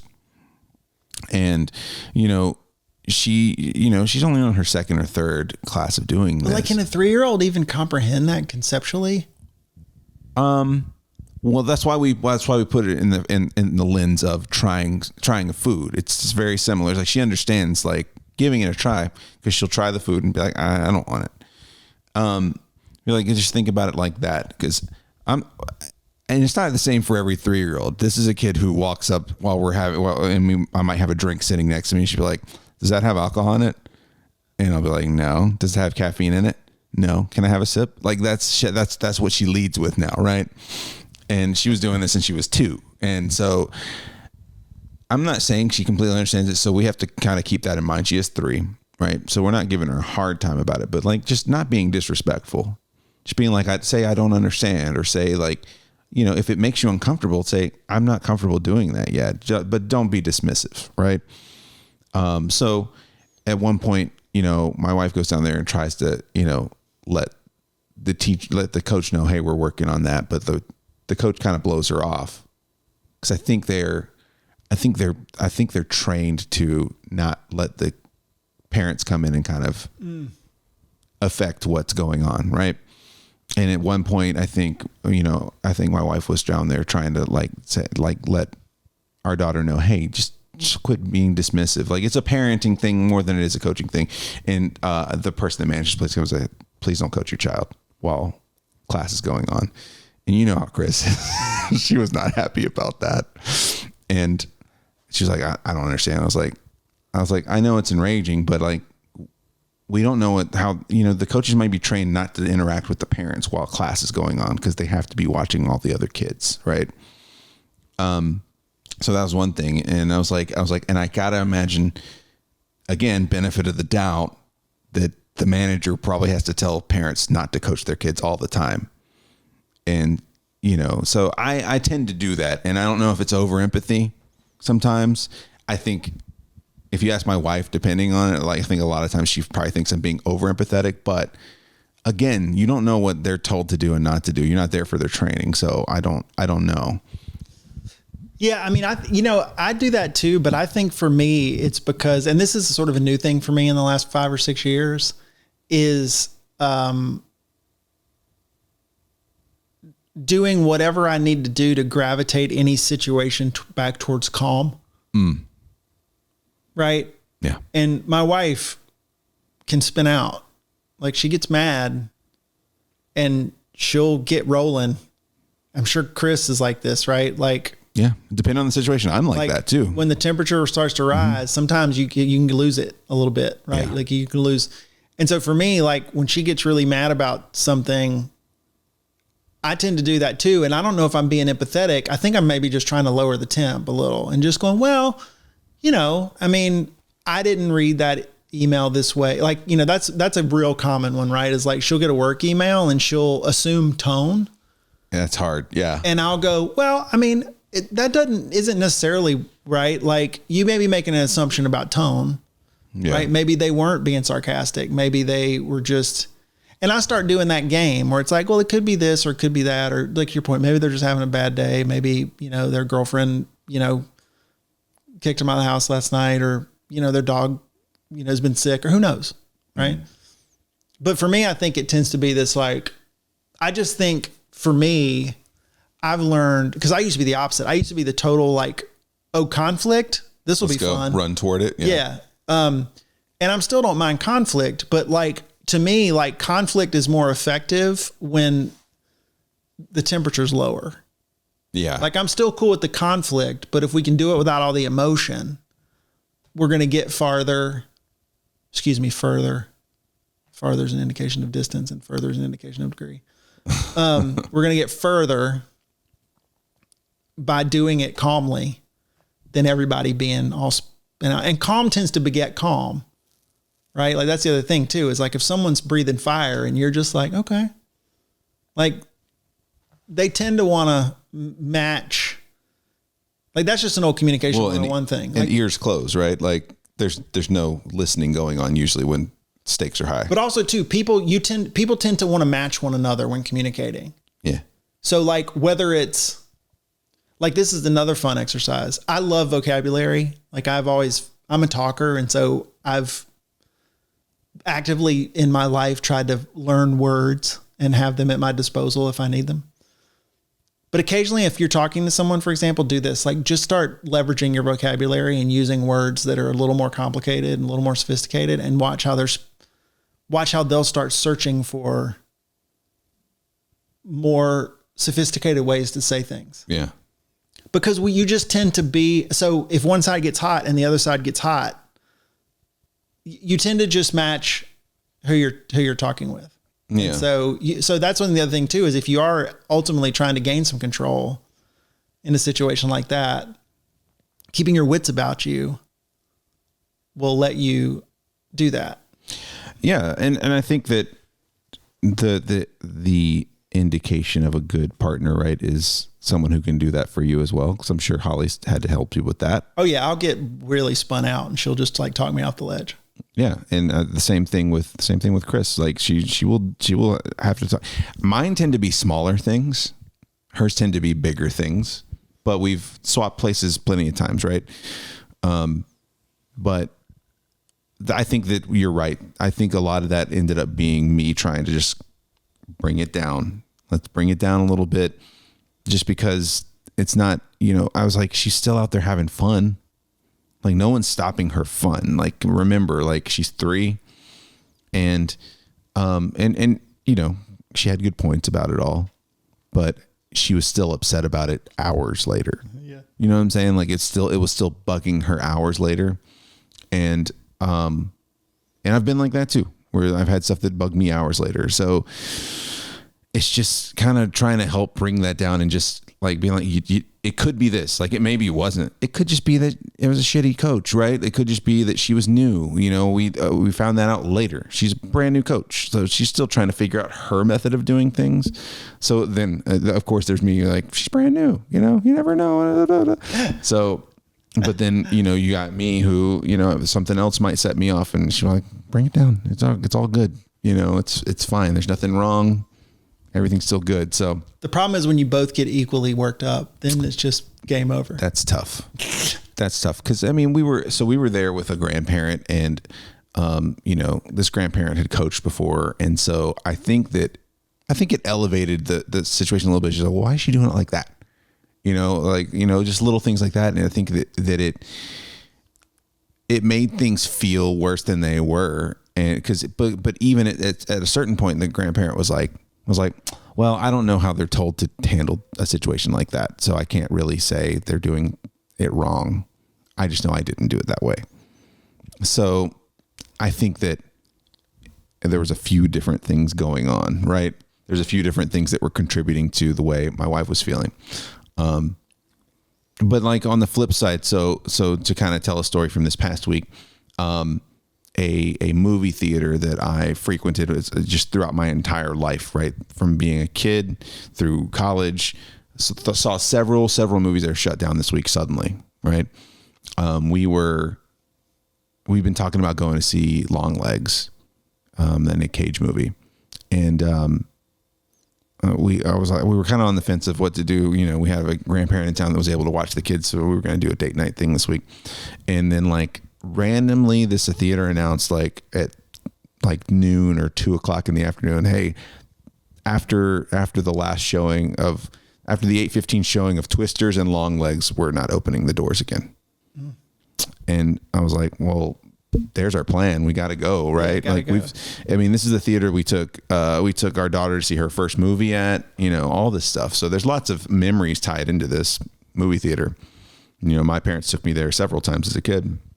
And so we go and we see the movie, and I'm a big proponent of, please don't talk during the fucking movie. Please don't make noise during the fucking movie. And nowadays it's really hard to have that be the case. There's just, I don't know. It's a mixture of there's not even an age group that it's limited to anymore. But there was a lady that came in with her older kid and his girlfriend. And she was just being a little talky during the credits or during the previews. And so they got her settled down, and then they went and sat somewhere else in the theater together. Cause I'm guessing when he's with his girlfriend, he doesn't want to just sit with his mom the whole time. Well, how are you going to get a handy with your mom? It's true. It's true. How am I going to get a hole cut in the bottom of this popcorn? Yeah. So sorry, children. So at some point, so she's the type of person that is talking to the previews as they're going on, Jesus. She's like, nope, don't do that. That kind of stuff. Right.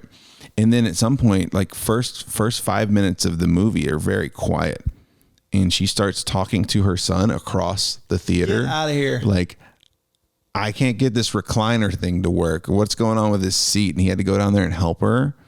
And she's just talking normal volume, as if I don't even say normal volume. Did no one scream, shut up, lady? You know how someone talks to their phone when they're on speakerphone? Yeah, she was talking like that. Yeah. And I was getting very mad. And Krista calmed me down. I was like, of course. Last showing ever here. Of course. Right?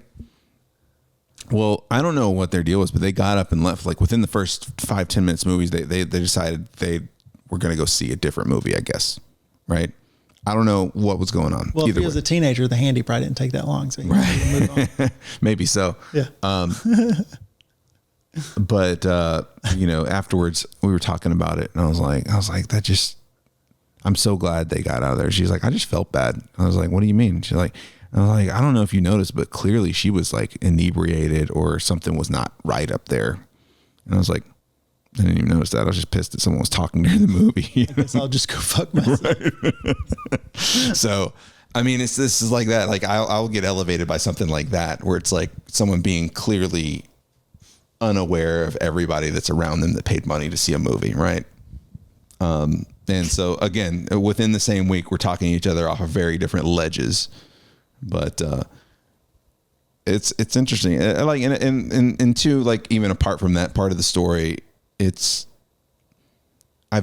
so that event alone, like just going to that last movie at the theater it was from your childhood is like very, I don't know. It's just kind of had like a nostalgia thing to it. You think back against all those times and like, it just made me think about how powerful nostalgia is. Like, I guess word spread around town. So there were people there and like the people that were working there were like, hey, we'll take your picture out in front of the marquee. We'll do, what would you like for us to do that?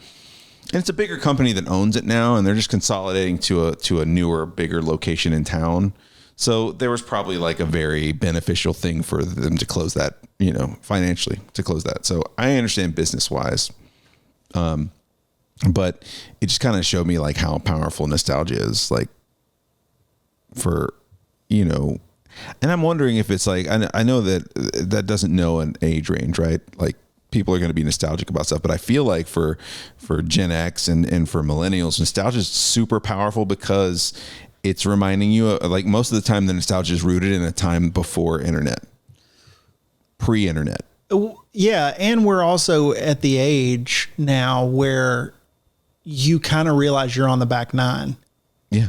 Like, I think that's sort of the hook, right? Is when you get to that point where you're like, ooh, like I got more days behind me than I have ahead of me. Right. You start to think about things from the past. Yeah. At least I do.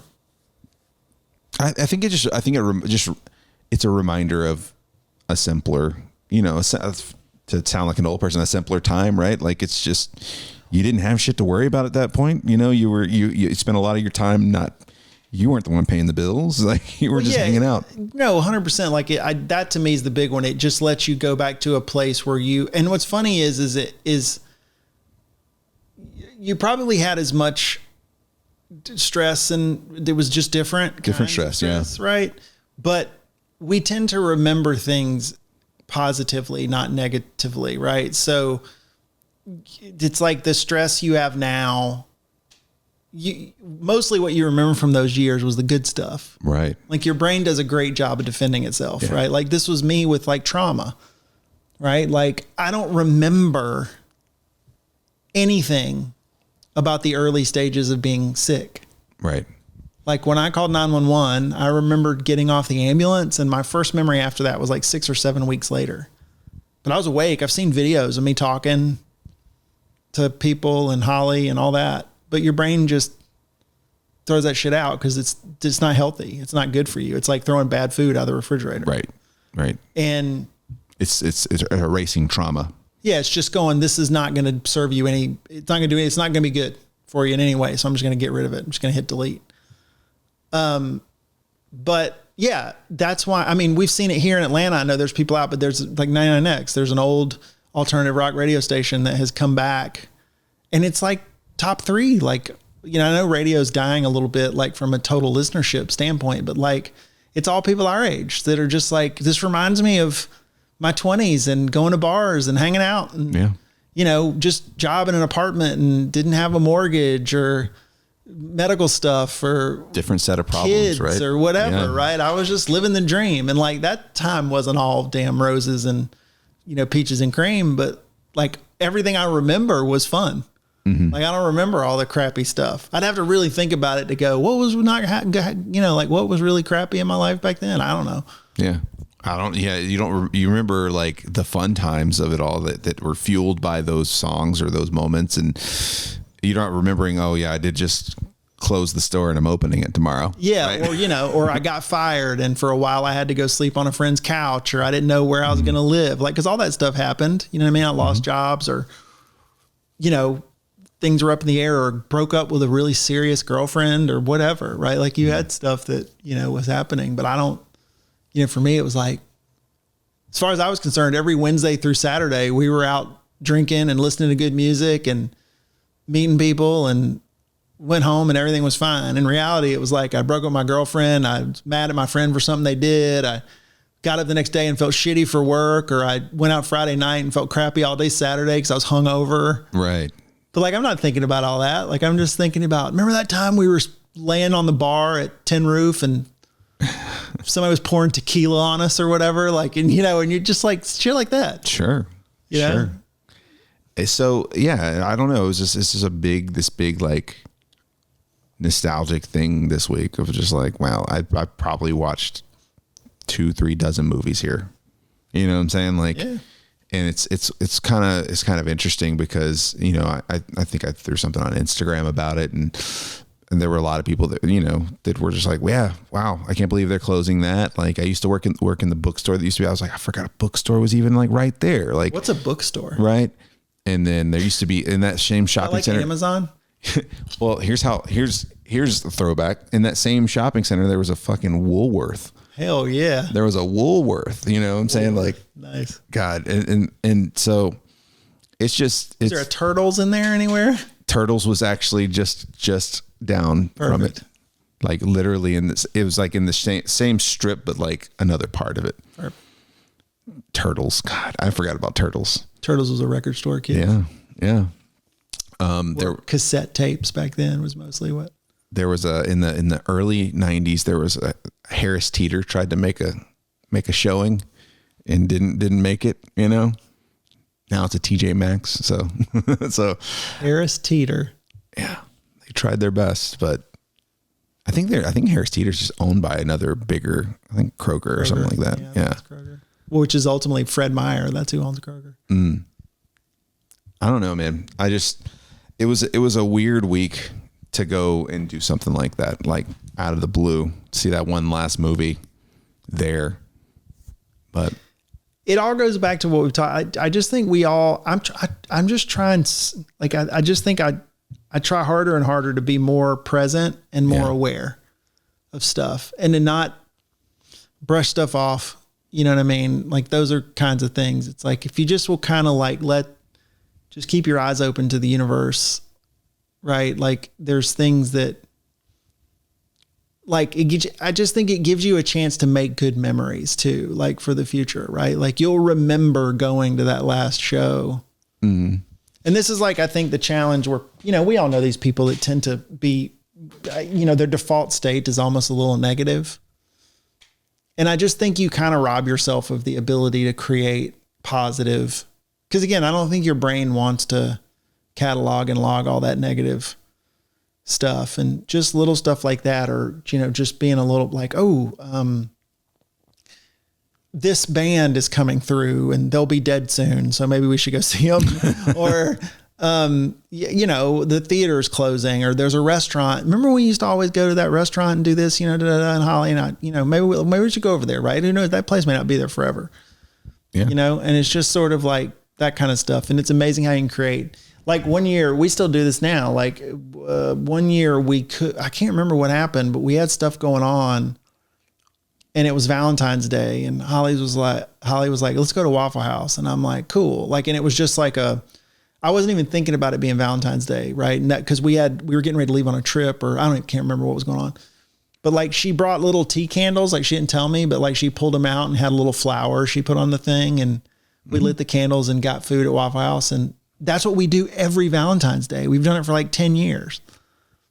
That's funny. And like, that's like nothing, but like for me, it's so cool. Like I love that that's a thing that we do. And now it's just like on Valentine's Day, it's just like, are we going to go for lunch or dinner or what are we like? But we're going to fucking Waffle House. That's what we do. Our Valentine's Day thing is, I make a Chicago deep dish pizza in the cast iron. Like that's just, I don't know when I think that started after our first trip to Chicago in, I don't know, 2015, 16, something like that.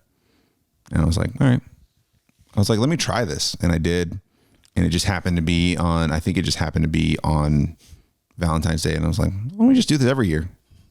Well, and in that scenario, like we were really, I do think we were getting ready to go out of town and we were rushed and there was a lot of crazy work stuff going on and neither of us wanted to cook. And it was like, we knew we needed to eat.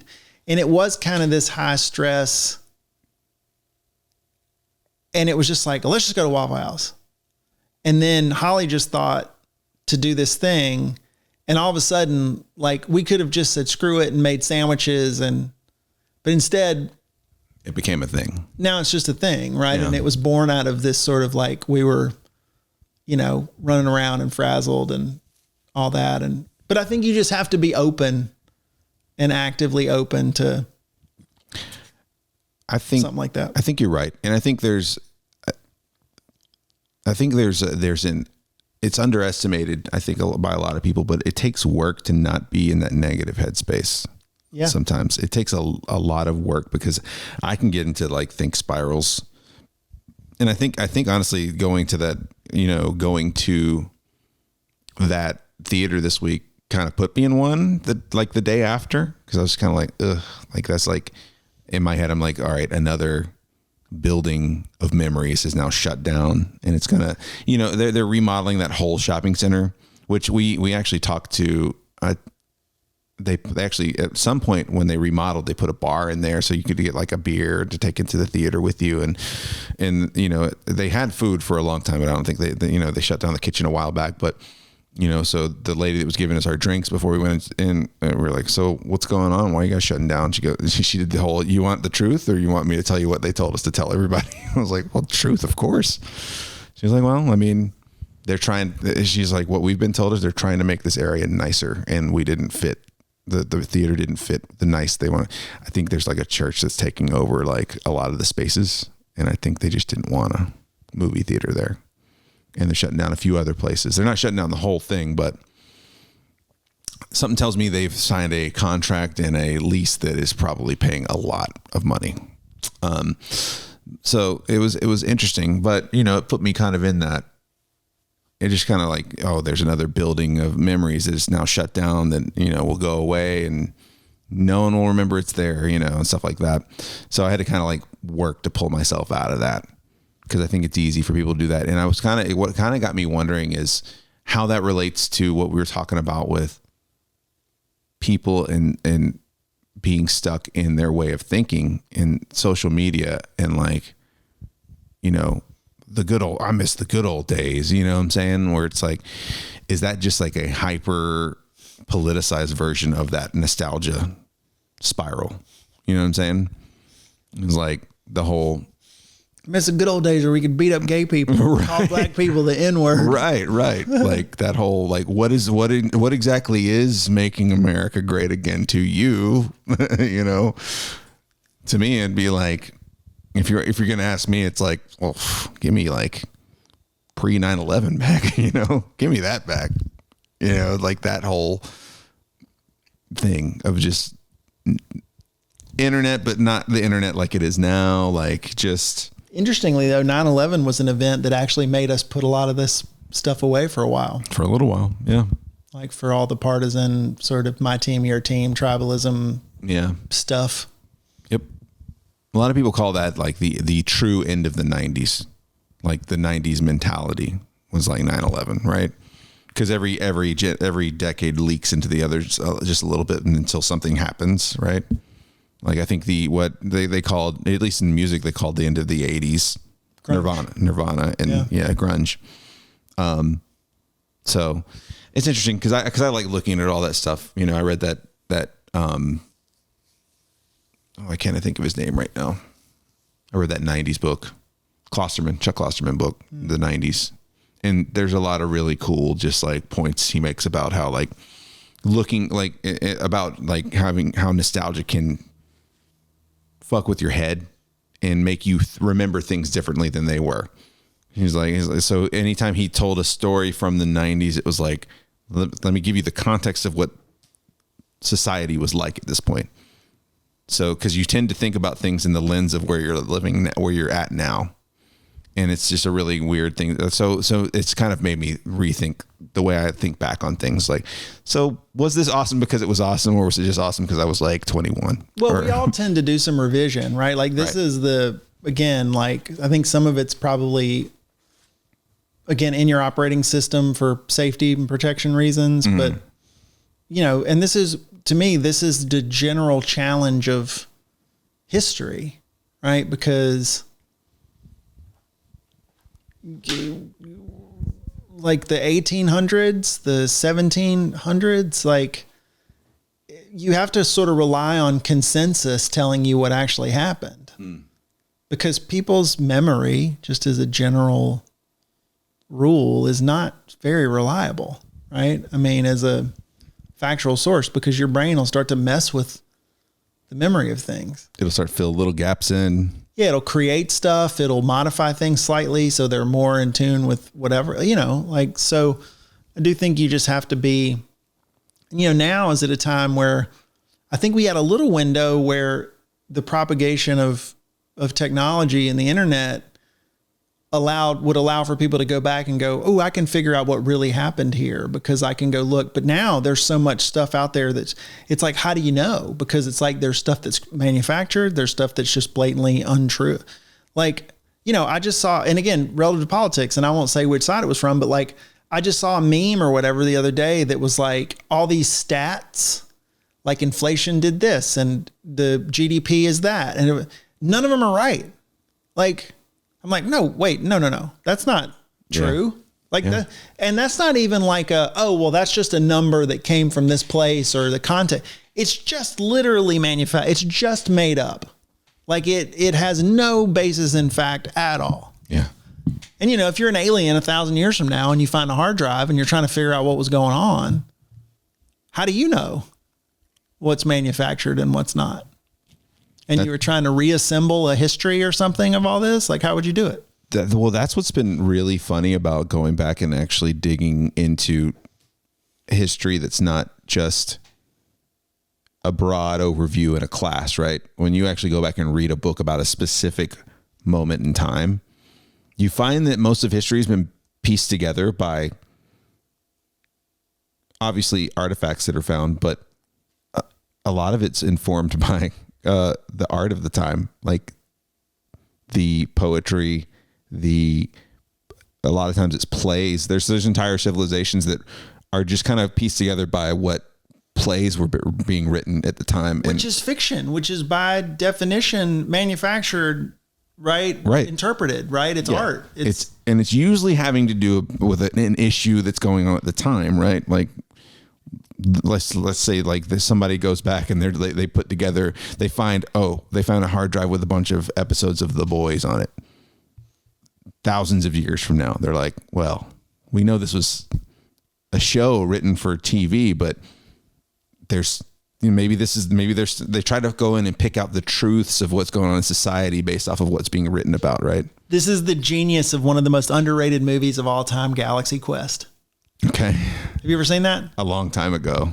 The premise of the movie Galaxy Quest is the characters there are on like a show that's like Star Trek, right? Mm-hmm. And a spaceship shows up. They're in like the twilight of their career when they're doing like cons and opening supermarkets and stuff like that. And Tim Allen plays like the captain. And a ship shows up and says they need his help. And he thinks that it's like someone cosplaying or something, like and he thinks he's getting hired for a gig to like make $500 or whatever. And he ends up on a spaceship where they receive the Galaxy Quest missions like out over space, and they thought it was a documentary. And all of the technology is like, they made it all work, like the ships and the little hand scanners and. Right. They've got the real version of all that stuff. Because they thought that was a documentary of this species that lived on. And you go back and watch it. It's one of those movies that's so, and they've said like, it kind of got like a little cult following, and Alan Rickman plays like who I would call the Spock character, even though he's not emotionless, but he's an alien and he's a science guy. And, and they said because people have been like, you have to make it. This movie is so good, brilliant. Like you have to do another one. And once he died, they were like, we couldn't do it. Not without him. Rickman. Like he's such a, But yeah, but like, that's what I mean. Like the documentary, right? It's just this TV show. Like, and then part of it is like when it actually really gets dangerous, they're like, we're actors. Like, I'm not like, and then they're trying to explain to them that like that opening sequence, that's a model that's like flying across the screen, and the alien race that they're trying to help, they don't understand the concept of lying. It's just not a part of their culture. Yeah. And they don't understand the idea of fiction. So it just doesn't even, and you've got that. And meanwhile, this like bad alien is trying to kill them all, and they're trying to sort of deal with that. And you get just some like action movie kind of, stuff, but it is just brilliant. The idea of like how stuff's received. Yeah. And it's, so there's obviously written histories but cities are destroyed and rebuilt so much throughout history. And so like, libraries get burned. It's crazy. Well, I was just watching something on Discovery Channel maybe, or I can't remember. But anyways, now that they've got LiDAR, this light based, they can do from like up in the air. Mm-hmm. In South America, it lets you see beneath the jungle, basically. Yeah. And there's all these grids and stuff that they're like in the middle of the Amazon that like it used to be a city. Yeah. And once the city was gone, the jungle just took over because that's what jungles do. And they're thinking like, obviously there's the big, your Machu Picchu and Chichen Itza, and there's all these kind of places that we all know about. But now the people are saying is like, if we're not going to go dig up the Amazon, but we can see like there were the network was much bigger. Civilizations everywhere, like all over the place. And then like what happened and how did, and again, we see these, reasons. And actually what happened is Europeans came and gave everybody smallpox. Yeah. But that's, South America, North American indigenous population basically mostly died of disease when European like travelers came over. But yeah, it's either that or they use up the resources and needed to slowly move away. There's the whole, Great Zimbabwe ruins, like for the longest time, it was not even attributed to Africans. It was like clearly the Muslims came down here and did that. Or clearly a greater civilization came down here and did this. And like, that was like the European way for the longest time is like, well, they're savages and there's no way they could have a proper civilization. So we're just going to claim this land as ours. Yeah. And we're going to say in the history books that it was done by someone who must have come down to help them make this. Well, but also the big difference that people don't consider is like we can globally collaborate now. So like the thing is back then, and this is going to be anachronistic, but if someone in Zaire or Zimbabwe created harnessed electricity, right? Or something like that. There wasn't like I'm going to write a paper and publish it to a journal that goes out. Like their community would be able to take advantage. And I guess theoretically, if someone traveled through and then could travel back to wherever they were from without dying, which was really hard to do back then. Yeah. Then you have, but I'm sure there were innovations that just died because it's not like now where if somebody invents something, it goes on the internet and then scientists in Sweden say, and they want to try to confirm the experiment. And then everything now is shared and we have all this stuff where instantly stuff can go out and be in front of a bunch of people. Yep. So again, the pyramids, it's like, just because we can't explain it doesn't mean anything. That's the arrogance of being alive right now. Like what I always try to tell people is, of course, and you always feel like you're the most advanced that society's ever going to get because you're in the middle of it. And we have a natural ego for that. But 200 years from now, people are going to look back and go, wow, like they did what? Like they, it's like we would treat, the 1700s. It's like wooden teeth, like for dentures or, leeches for, from bloodletting. What's happening right now? Yeah. Or, it keeps moving, but we always fall into a trap of like, and I'm sure like, the last big one to me was television. Like to me, our internet was like our parents' television, like an innovation that was just like, whoa. So changing. Like right? pictures and sound in my house, like, you know, and it was the same. People were just as freaked out. Like our parents, it's like, it's going to rot your brain. Your eyes are going to get stuck. You shouldn't watch more, you know, and now it's like, what is it? It's tablets and iPads and screen time. And everybody's worried about that. And, you know, it'll be something else like 100 years from now. Right. Like that's just, there's always going to be, every new technology is scary. This is my old, when I talk about AI at conferences and stuff now all the time. And I'm going, look, AI is splitting the atom, right? Unbelievable, positive stuff, energy, right? Medicine, then massive bombs, right? Destruction. Like, so the technology in and of itself is not evil, but as people, it's how it's how you use it. Like, you know, you're whatever, I can't remember what it is, but you know, like, you know, penicillin is like one molecule away from being poison or, you know, or whatever. And it's all about, I mean, that's the thing. It's like, could AI do a lot of damage? Absolutely. Could it become one of the most incredible tools we have to our disposal? Yeah. Like like, look at television. Like, is television connecting people and allowing people to see what's happening in the world? Unbelievable. But then propaganda. It's the box that just spreads all this other, whether it's, you know, the dairy lobby, like, you know, the old 5 basic food groups. Yeah. Like dairy just paid money to get into the 5 basic food groups. Like there was no science there. I mean, now it's the food pyramid, right? It's a different thing, but you know, there were commercials and people just like smoking cigarettes and just like, it's fine. Yeah. You're fine. It's fine. It's okay. Like, right. And so same thing, TV, like unbelievable from an information availability standpoint, terrifying from the ability to spread false information. Social media. Wonderful.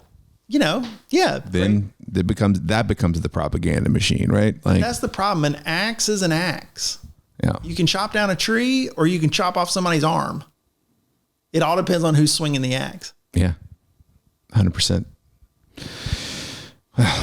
And we didn't think we were going to have anything to talk about. No, here we are 2 hours later.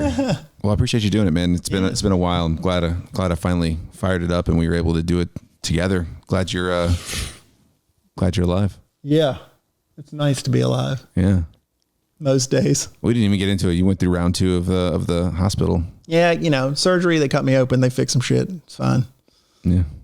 Glad you're here. Yeah, but the good news is I think they fixed, like, this was still an extension of the thing before because there were some lingering problems. And knock on wood, this should have hopefully fixed all this. Like, ideally, I won't have to go through anything like that again, right? It'll be something else maybe that gets me, but no, it wasn't that, at least, you know. Hopefully it's not that, but yeah, I'm doing great, man. Glad to be here. Sweet. Well, anything you promoting anything these days? This camera. No, I'm not promoting anything. Oh, I am selling my business, so I'll need a job soon. So if anybody listening to this has a job for me, just reach out to Lopez and he'll pass it along. I will. Absolutely. At Lopez Radio for social media and lopezradio.com for the podcast. Rate, review, subscribe if you want to. Otherwise, I'm out of here. See you guys. Thank you very much. Bye. Bye.